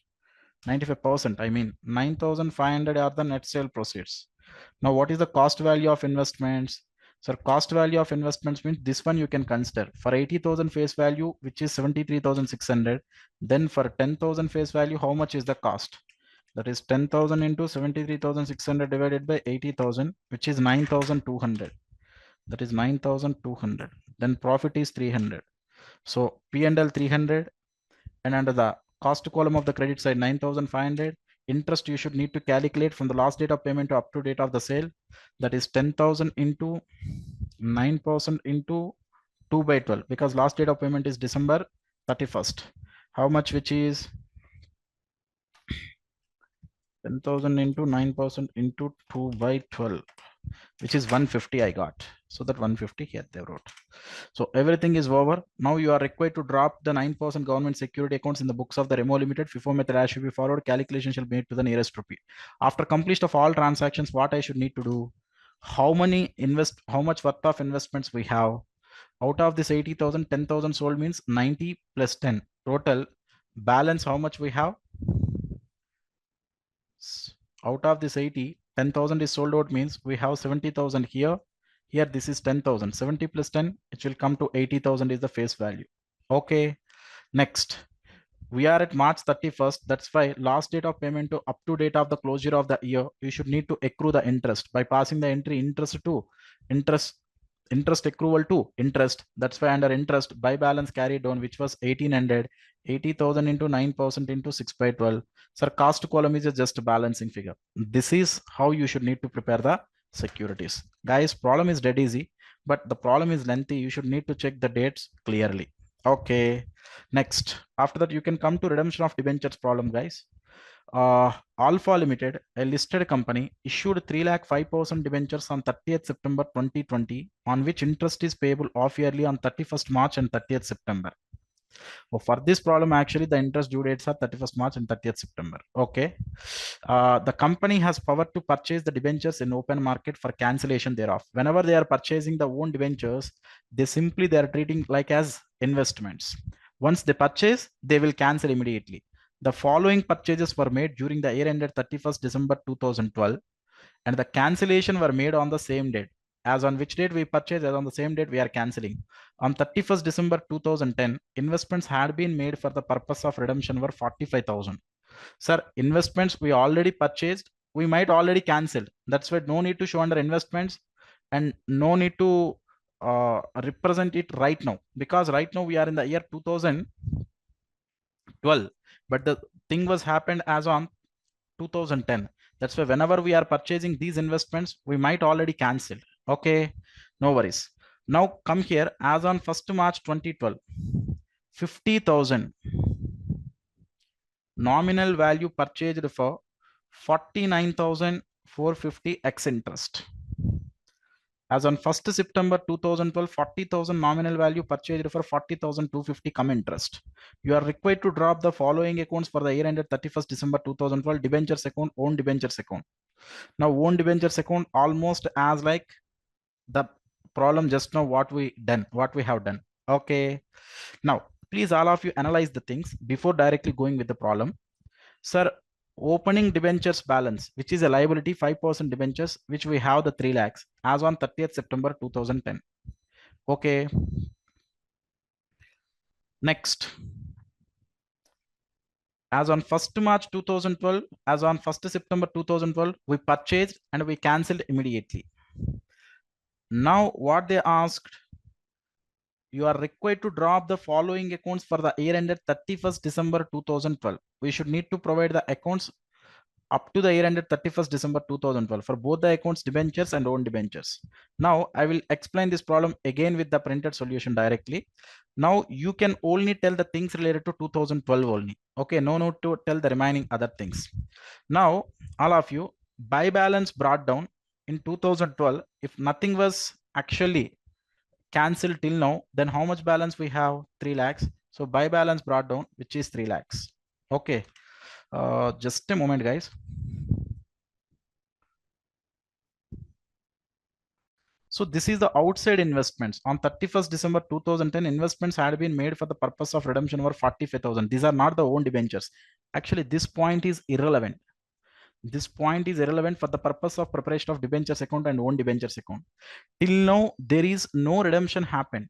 Just he is telling that on 31st December 2010, just I made certain outside investment for the purpose of redemption, but which doesn't impact our debentures and own debentures. Just you can pick the transaction and set aside, and remaining all transactions check line by line. Now, the problem starts from 2012 year onwards, that is from 1/1/2012 onwards, we should need to check. The opening balance is 3 lakhs in debentures. Fine. Now, as on 1st March 2012, what happened? 50,000 face value of the debentures you purchased. Am I right? Now, what is the entry? Entry is investment in own debentures, interest to bank. So now investment in own debentures, how much? 49,450. Interest, how much? Last date of payment to up to date of purchase. Last date of payment is 30th September. 30th September to 1st March means, may I know how many number of months? 5 months. So 5 months, 50,000 into 5% into 5 by 12. 50,000 into 5% into 5 by 12, which comes around 1041.67, that I can take 1042. Okay. So the due dates, it is given 31st March and 30th September only, right? That's fine. Now to bank, how much value? 49,450 plus 1042. The total is 50,492. Now you can go to the own debentures. You can go to the own debentures at the time of purchase. 50,000 is the face value. 49,450 the cost price. 1042 is the interest. Enough. Now already debentures exist. The debentures you should need to cancel with investment in own debentures. Now the entry is 5% debentures to investment in own debentures. Now 5% debentures, it is have with the face value which is 50,000, but the investment is at 49,450. The difference you can make it transfer to profit or loss on cancellation. The difference is how much? 50,000 minus 49,450. The difference is 550 actually. Now if you post that under debentures account, to own debentures 49,450 and to profit on cancellation, which is 550, the difference. Is it okay? That is cancellation of the first transaction. Now you can come to the second transaction. As on 1st December 2012, what happened? Again at the time of purchase of investment in own debentures, interest to bank. Interest component, first you can calculate 40,000 into 5% into 1st September means again 5 months into 5 by 12. So interest is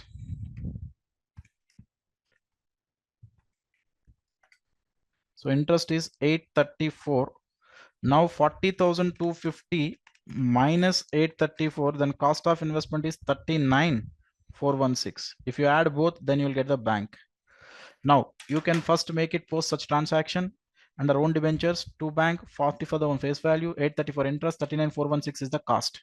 Now you can cancel each other. Again 5% debentures 40,000 to investment in own debentures 39,416 to profit on cancellation of debentures, that is the difference 40,000 minus 39,416, which is 584. Now you can post that here.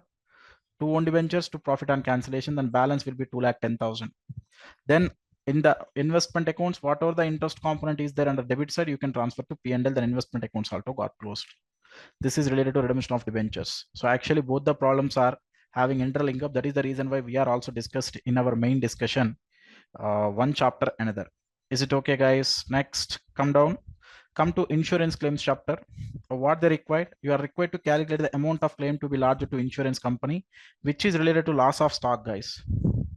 Loss of stock. A fire occurred in the premises of Mr. Star and Sons on 21st March 2022. The concern had taken insurance policy for 75,000, which is the policy amount. So policy amount is 75,000, which was subject to average class. From the books of accounts, the following particulars are available relating to period of 1st April 2021 to March 31st, 2022. First, to know the stock as on date of fire, I will prepare memorandum trading account. This is memorandum trading account. Opening stock given at 1,50,500. Purchases, including purchases of 40,000 for which purchase invoices had not been received from suppliers, though goods have been received in godown. Okay, invoice is not yet generated, but goods already received. If at all not included, actually we should need to include, but which were already included, no need to do anything. In this 3,70,000, this 40,000 was already included. If at all they are not included, we should need to include because goods are lying in the godown as on date of fire accident. Okay, fine. Next, cost of goods distributed as a samples for advertising from so and so date. We should need to reduce this minus 32,000 from above purchases. Next, sales excluding goods sold on approval basis having the sale value of 35,000 was 4,55,000. This is other than approved, a sale good on approval basis. Next, purchase returns are there 15,000. This 15,000 also I should need to reduce from the purchases. Okay, fine. Next, wages including salary of manager. Salary of manager we are not treating as a wages. That's why you should need to reduce that 15,000. Next, average rate of gross profit given 20%. Cost of goods salvage given the 12,000. One more thing. Approval has been received for goods before the date of fire itself. That means goods approved on sales basis also you should need to consider as a sale. For this 4,55,000 should need to add 35,000 total sales, because right now approval is not yet pending. Approval already received means you should need to add here. Now let me know one by one. First, the purchases value 3,17,000 minus reduce distribution as a free samples, reduce purchase returns. That's why the net purchases 2,70,000 I should need to consider. Then sales 4,55 plus 35, which is 4,90,000. Okay. Next, wages 65 minus 15, which is equal to 50,000. That's great. Then GP, you can fix it. Gross profit is 20% on the sales. If it is 20% on the sales, means 4,90,000 into 20%, which is 98,000. Then you can find out the closing stock, which is stock as on date of fire. That is 4,90,000 minus 1,50,500 minus 2,70,000 minus 50,000 minus 98,000.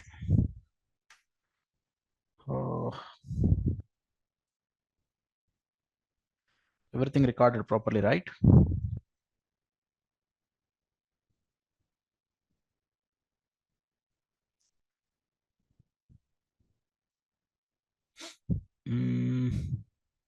Yeah.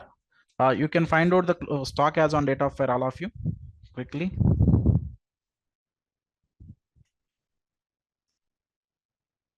Stock is 1,50,500. That's absolutely fine. Purchases 3,17,000 minus 32,000 as free samples minus purchase returns 15,000. That is absolutely correct. 2,70,000. Next, wages are 65 minus 15, which are 50,000. So it is given that gross profit is 20% on the sales. Sales also we work out correctly. Sales were 4,55. If you add this 35,000, then it will become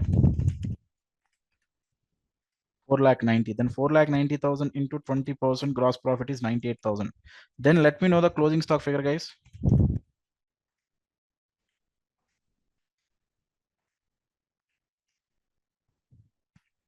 So closing stock balancing figure I got here 78,500.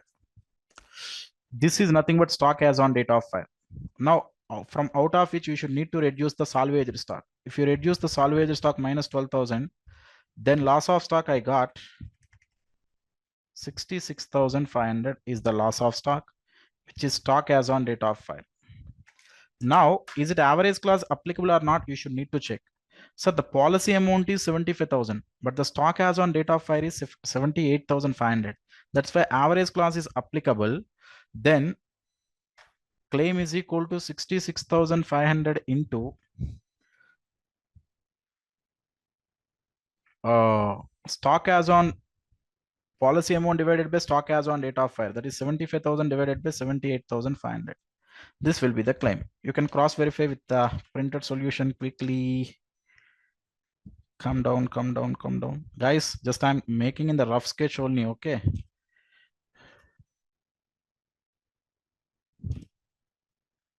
Oh.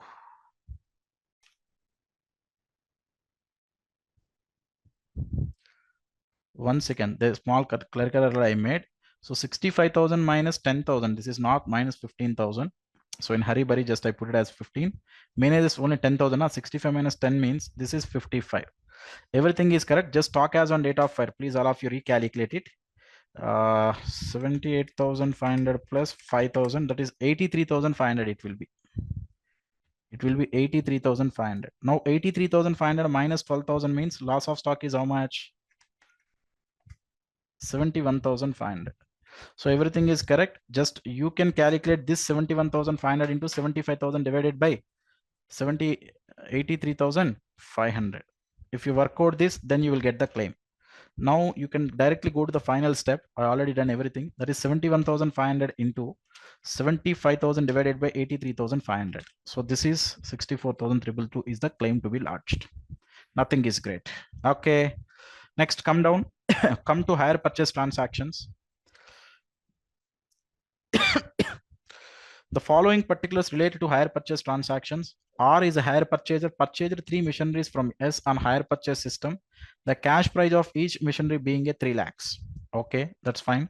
The hire purchaser charged a depreciation at the rate of 20% on written down value method. 2 machines were seized by hire vendor when second installment was not paid at the end of the second year. The hire vendor valued the 2 machineries at cash price less 30% depreciation charged for each of these years under written down value method. The hire vendor spent 15,000 on repairs of the machineries and then sold them for a total amount of 2,55,000. You are required to compute total 4 requirements are there.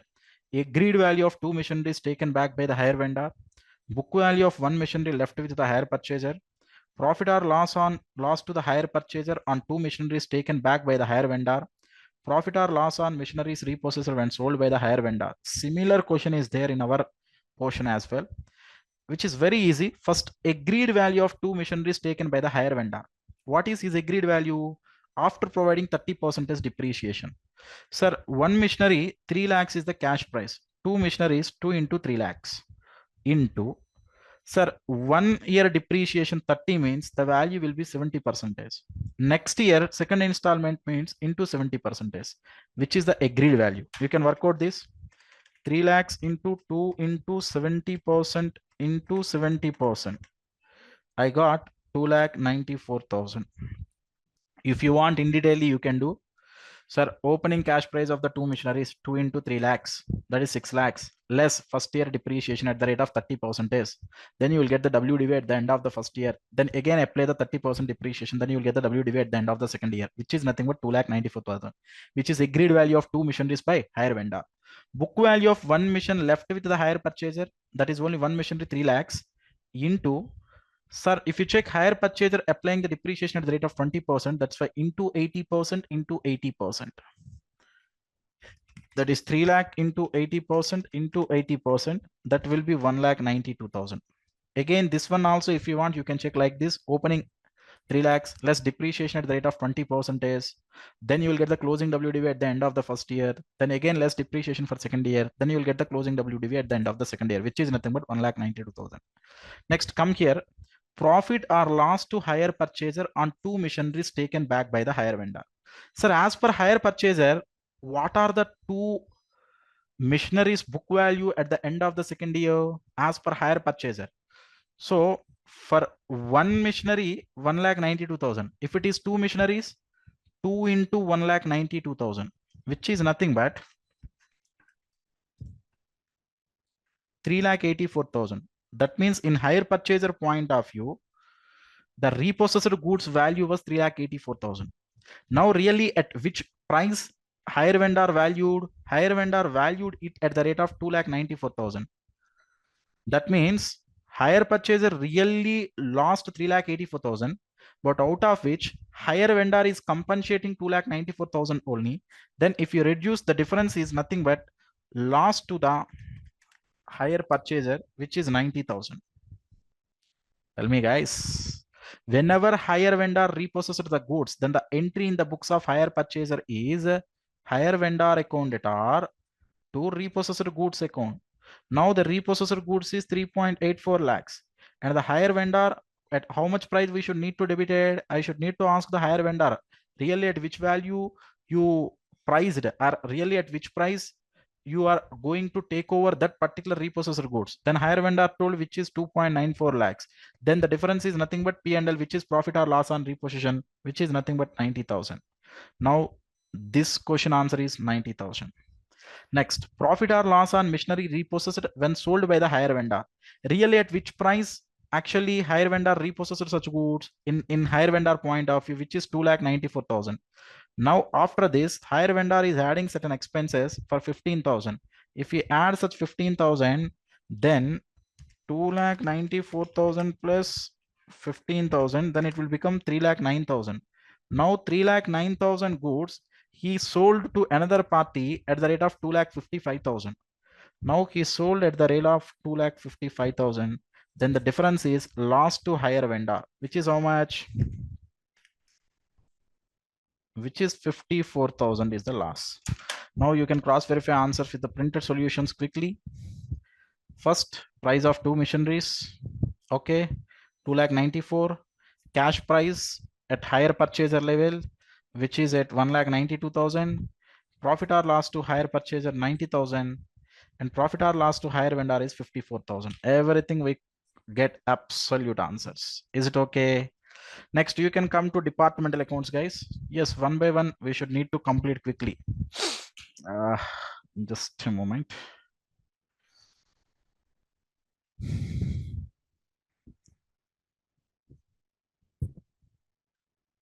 So come to departmental accounts. What they require, first let us check. You are required to prepare departmental trading account and general profit and loss account. What is the difference between departmental trading and general profit and loss account? So in case of departmental profit and loss account, we are not working about stock reserve. We are applying the stock reserve concept. What are the gross profits we derived from the departmental profits? We will consolidate in general P&L, as well as we also adjust with the stock reserve. That is the only difference. And one more thing, if any expenses which are derived, if any incomes which are derived in the overall organization point of view, such things also we will put under general P&L only. We will not put under departmental trading. Am I right?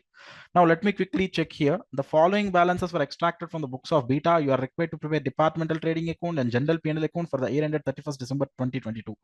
Opening stock in both the departments given, purchases in both the departments given, sales in both the departments given. General expenses incurred for both the departments for 7,50,000. Considered under general P&L, don't consider under departmental P&L, because which is organizational expenses. And you are also supplied with the following information. Sir, closing stock of department A 6 lakhs, closing stock of department B 12 lakhs. So this information we will read at later stage. Just a second. Next, opening stock anyway already given. No need to read point number 3 as well. The gross profit is uniform from the year. First, all of you, we can simply find out the department A and department B GPs, right? This is A. Just a second. Sorry. This is department A. This is department B. Now opening stock given 3 lakhs. Opening stock given 3 lakhs. Purchases given 39 lakhs. Sales given at 60 lakhs. Closing stock given at 6 lakhs. All department A information is over. Come to department B. 2.4 lakh is the opening stock. Purchases 54.6. Purchases. Sales 90 lakhs. Fine. Next, closing stock of department B 12 lakhs. Now if you work out what you will get the gross profits directly.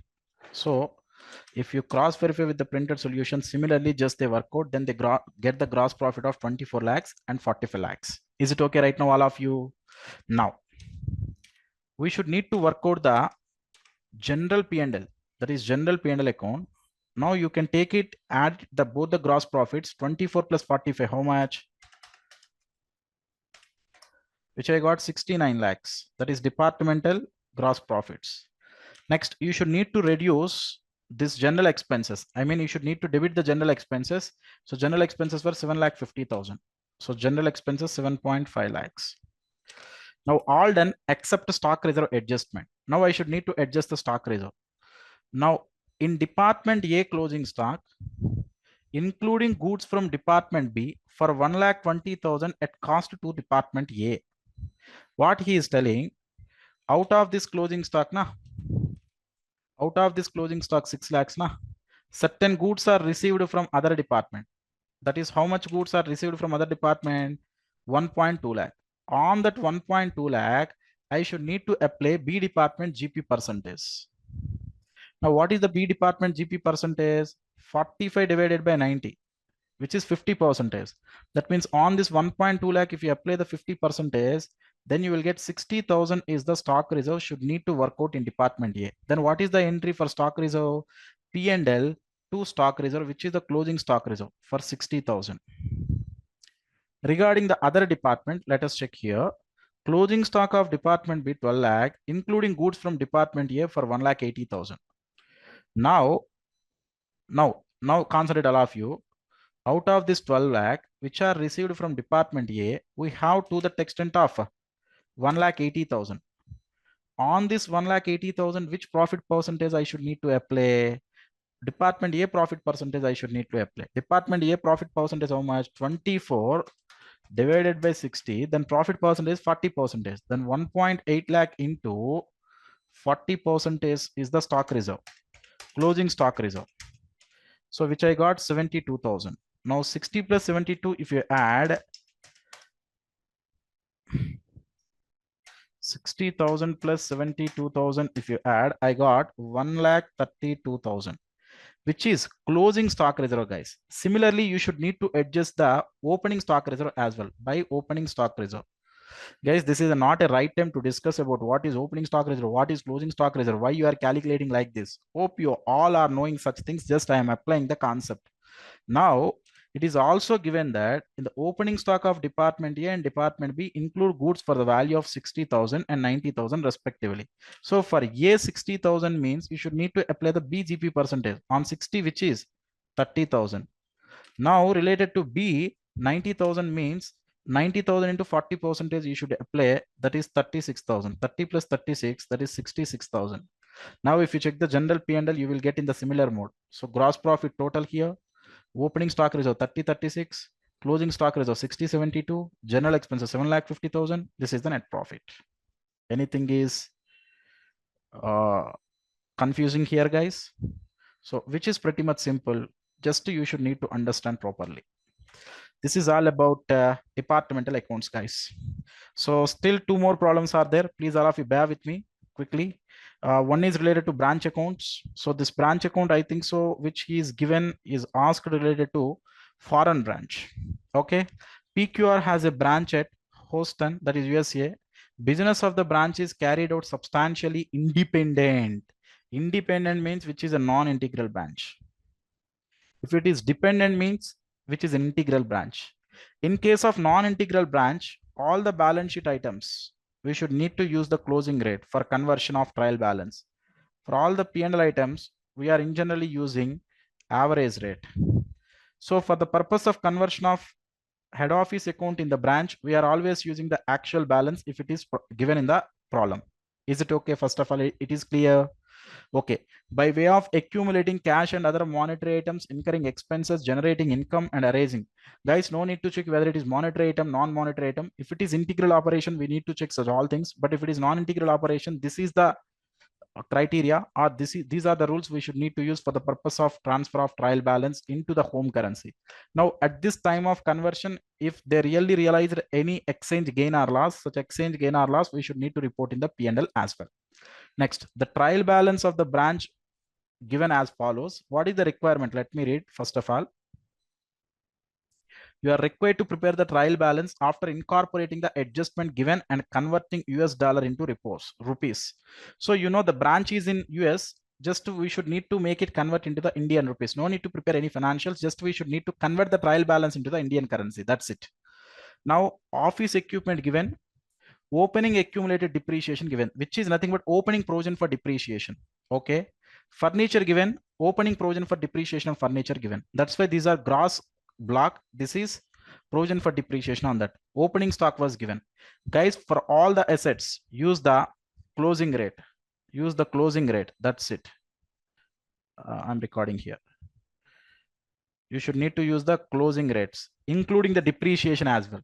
Because for the source asset, if you are using the closing rate, then the related depreciation also you should need to use the closing rate only. Opening stock, you should need to use the opening rate. Next, purchases, sales, salaries, carriage inward, rent and taxes, trade receivable, sorry, up to this. You should need to use the average rate. Trade receivables, trade payables, cash at bank, cash in hand, you should need to use the closing rate because these are the balance sheet items. Head office account, we should need to use the actual if it is given in Indian rupees. Now guys, I decided which rate should need to use for the purpose of conversion. This is a typical trial balance they are given before adjustments. Now all of you forgot about the dollar rupees. Now please all of you think about the normal final accounts. We should need to adjust these things. Whenever the normal final account coming to the picture, how we should need to adjust, let us check one by one point. Salaries outstanding as on 31st March 2022, which is at 600 US dollar. Now what is the entry? Salary to outstanding salary is the entry. That means you should need to increase the salaries here to the extent of $600, as well as you should need to also record outstanding salary here. Now, you know, for salaries, which rate you should need to use. For outstanding salary liability, which rate you will use? Closing rate. That you should need to incorporate. Next, depreciate office equipment and furniture and fixtures at the rate of 10% at written down value. This is for the purpose of current year depreciation. Still the current year depreciation they're not provided. That's why the entry is depreciation to provision for depreciation is the entry. Then what I should need to do? First, I should need to provide the depreciation. I should need to incorporate like depreciation. Which rate I should need to use, guys, for the depreciation? That asset rate. Asset rate means closing rate only. Then for provision for depreciation, which rate I should need to use? Closing rate. Then already provision for depreciation is there here. Now I should need to enhance this provision for depreciation. That's it. Because which is opening provision was given. If you add the current year depreciation, then the closing provision for depreciation you may get here. Am I right?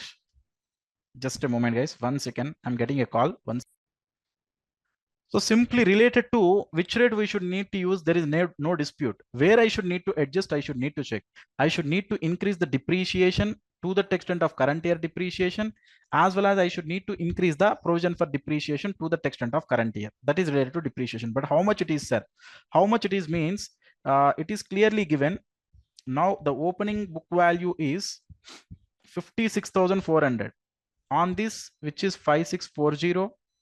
So on fixtures, I should need to work out 3,600. This is time up to the current information. This we should need to work out.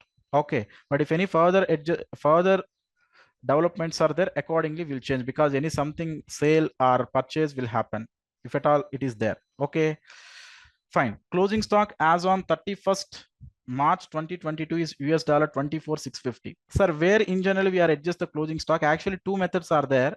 If you want to adjust right now, you can adjust like this: closing stock to purchases. You should need to decrease the purchases. You should need to increase the closing stock.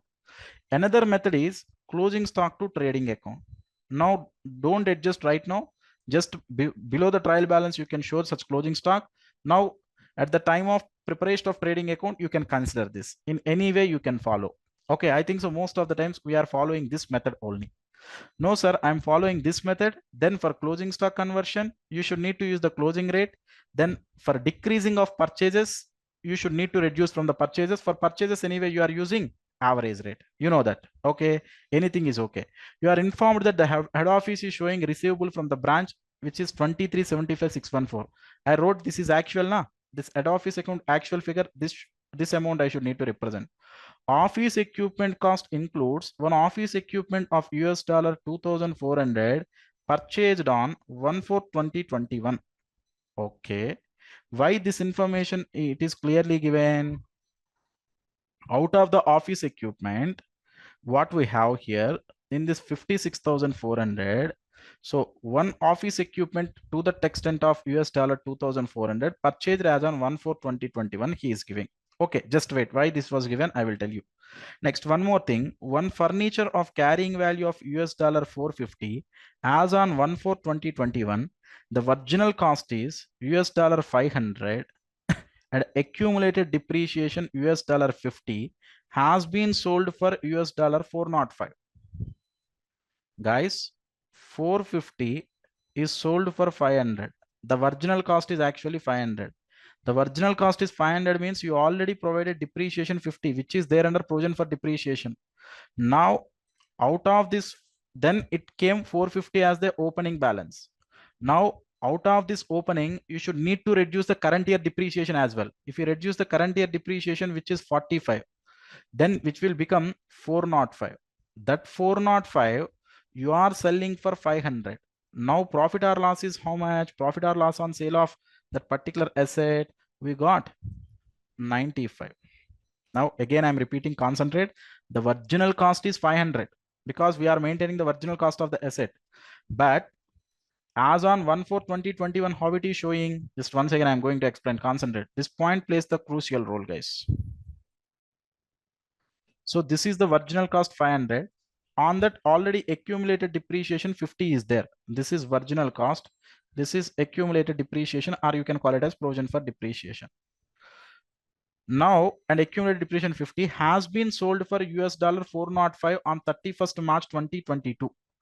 Now sale value 405. Now what happened, as on 31st March 2022, you should need to add the current year depreciation as well, na? Depreciation to provision for depreciation. If you add the current year depreciation, then 450 into 10%, which will become 45. Then 500 minus 95, which is equal to 500 minus 95, which is equal to how much, guys? 405 only coming. Oh my God. 500 minus 50, 450, 450 minus 45, which is 405. 405 is sold for 405 means there is no profit or loss here. No profit or loss. The same thing here you also tell.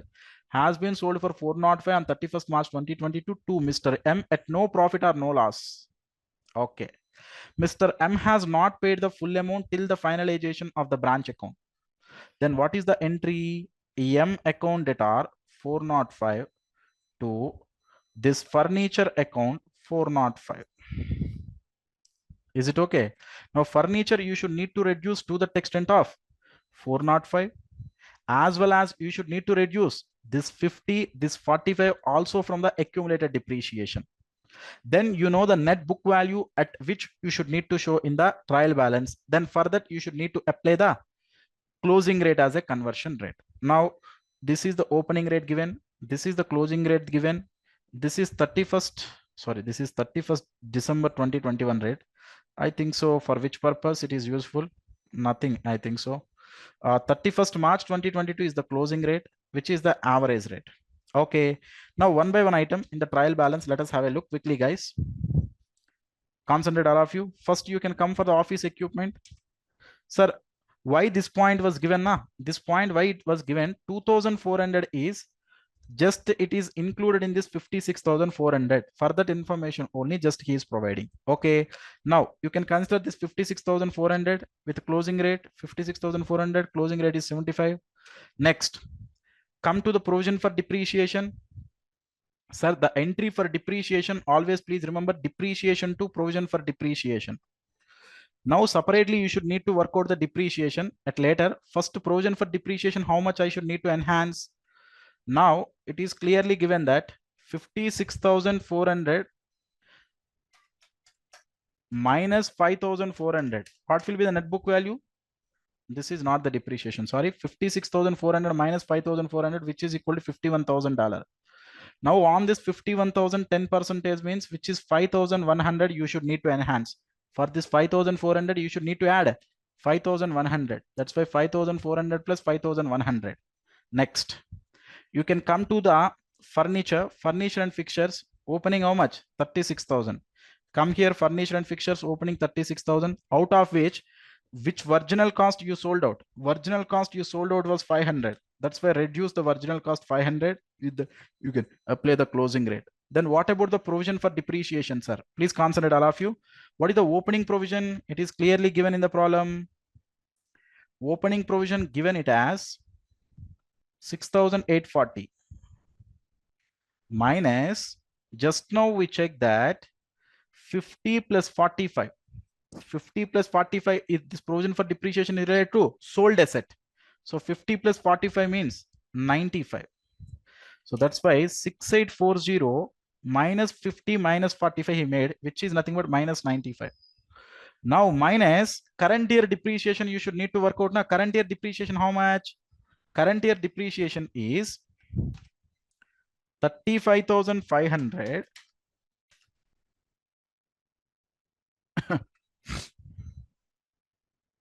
minus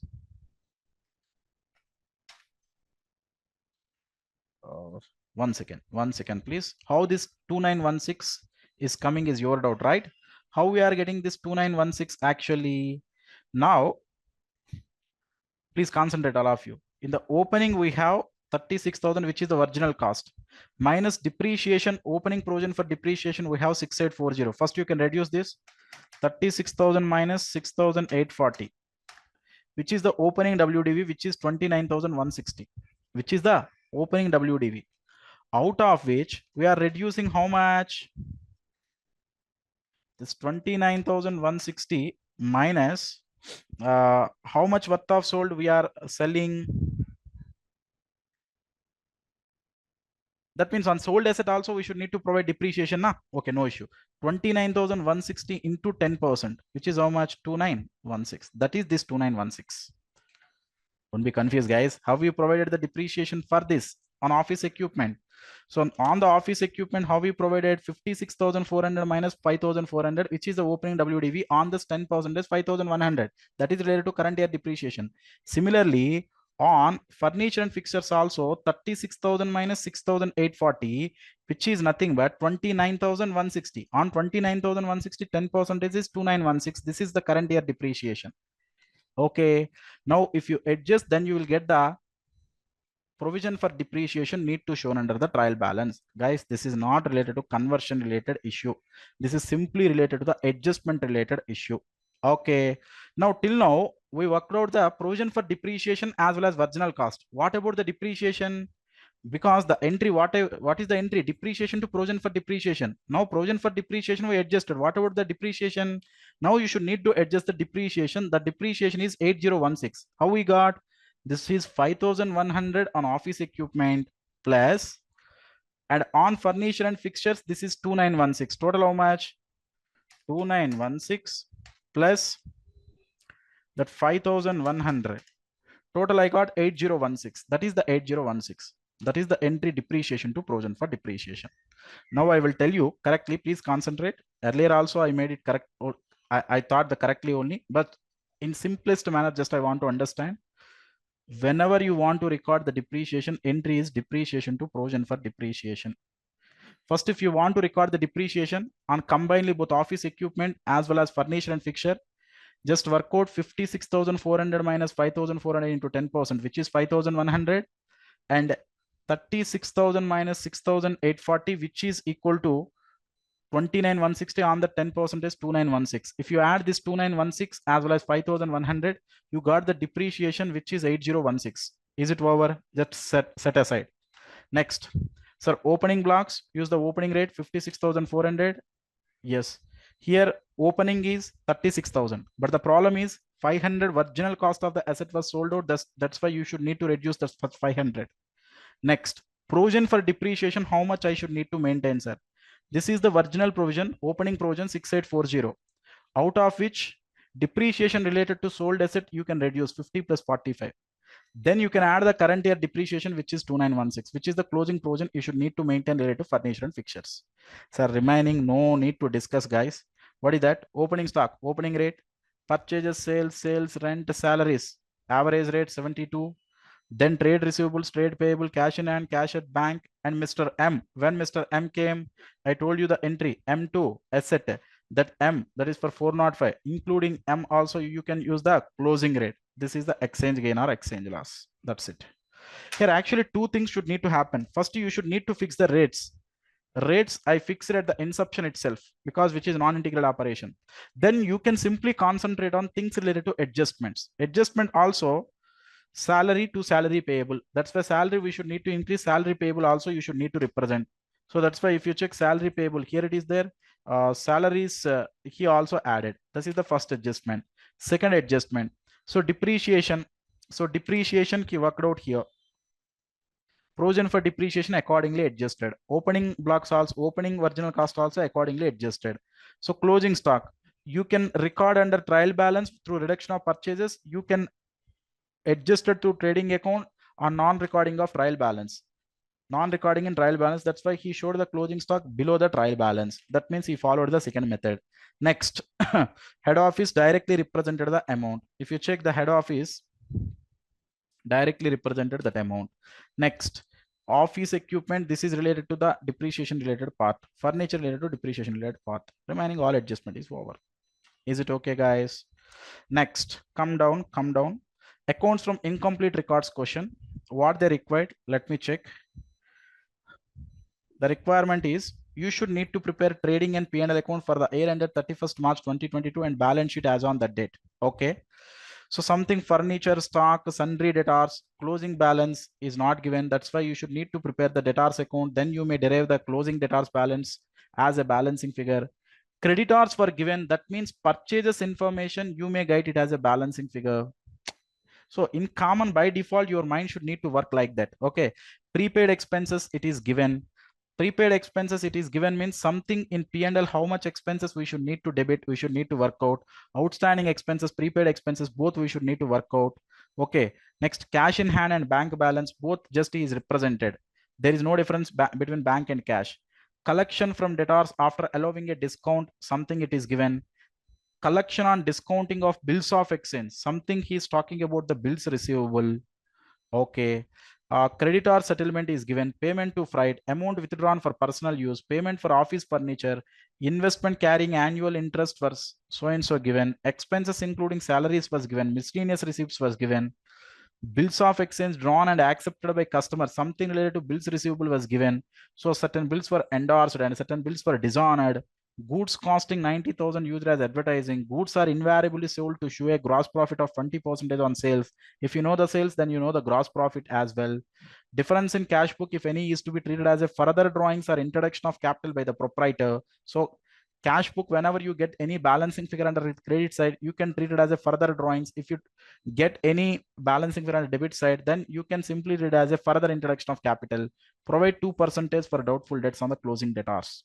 Sir, how I should need to tackle the problem, I will tell you. I will not explain the entire problem. This is very big problem, but how to tackle, I will tell you. You should need to open the debtors account. You should need to open the creditors account. You should need to open the bills receivable account. You should need to open the cash and bank account. Okay. First, one by one transaction, whatever the given balance, to balance brought down, by balance carried down, just make it. Record the one by one transaction in all the accounts, including you should need to open this trading, P&L, balance sheet also. I think so. Opening capital also not given. That's why opening balance sheet also you should need to open. Okay. Now, post all the transactions, whatever they given in the problem, one by one transaction. For example, furniture, where I should need to represent in closing balance sheet. Okay, record the furniture, closing balancing figure. In opening balance sheet, record the furniture.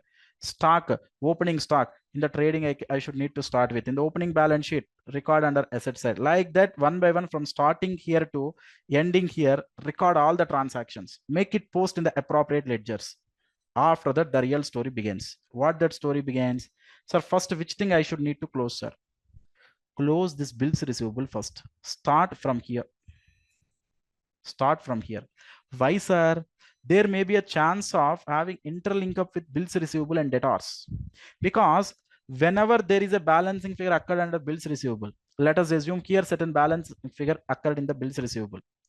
Then what happened really? The entry is, if at all, if you raise the bills receivable, then the entry is bills receivable to debtors. Then it will hit the debtors account as well. Okay.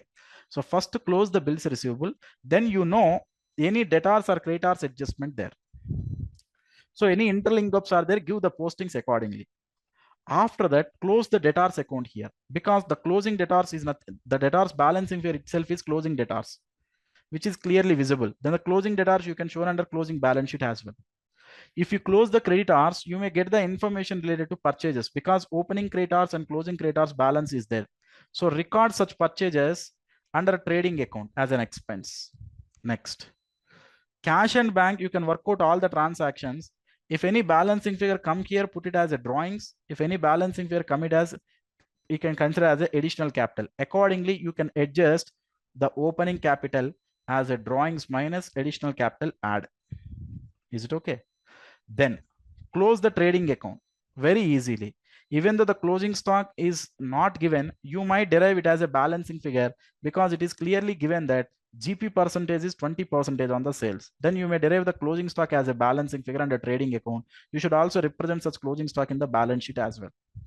Then work out the P&L, find the net profit or loss. Such net profit or loss, again, you can add it to the capital.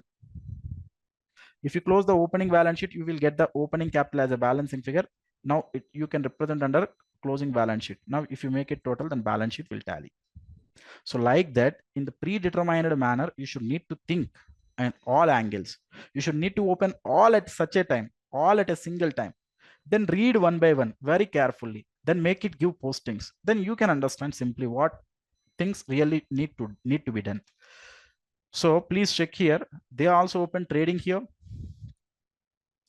They open balance sheet. That is trading means trading is inclusive of P&L as well. So this is trading and P&L, and the balance sheet. This is opening balance sheet for opening capital employed. They open creditors account. They open debtors account. They open cash and bank account. They open bills receivable. Actually, this is not necessary. We directly adjust in the P&L such all expenses. We know how to adjust. No need to open. Now, if you check in bills receivable, so closing balance they derived. Maybe here bills receivable, they are getting a closing balance as a balancing figure. But before closing the debtors, don't close this. First close this, because if bills receivable debtors having a certain interrelationship. Okay, they might, it is clearly given in the problem itself, something related to bills receivable. Bills of exchange drawn and accepted by customers during the year amounted to 1 lakh. This was directly given bills receivable to debtors. That means related to bills receivable, entire information is there, only closing balance is missing.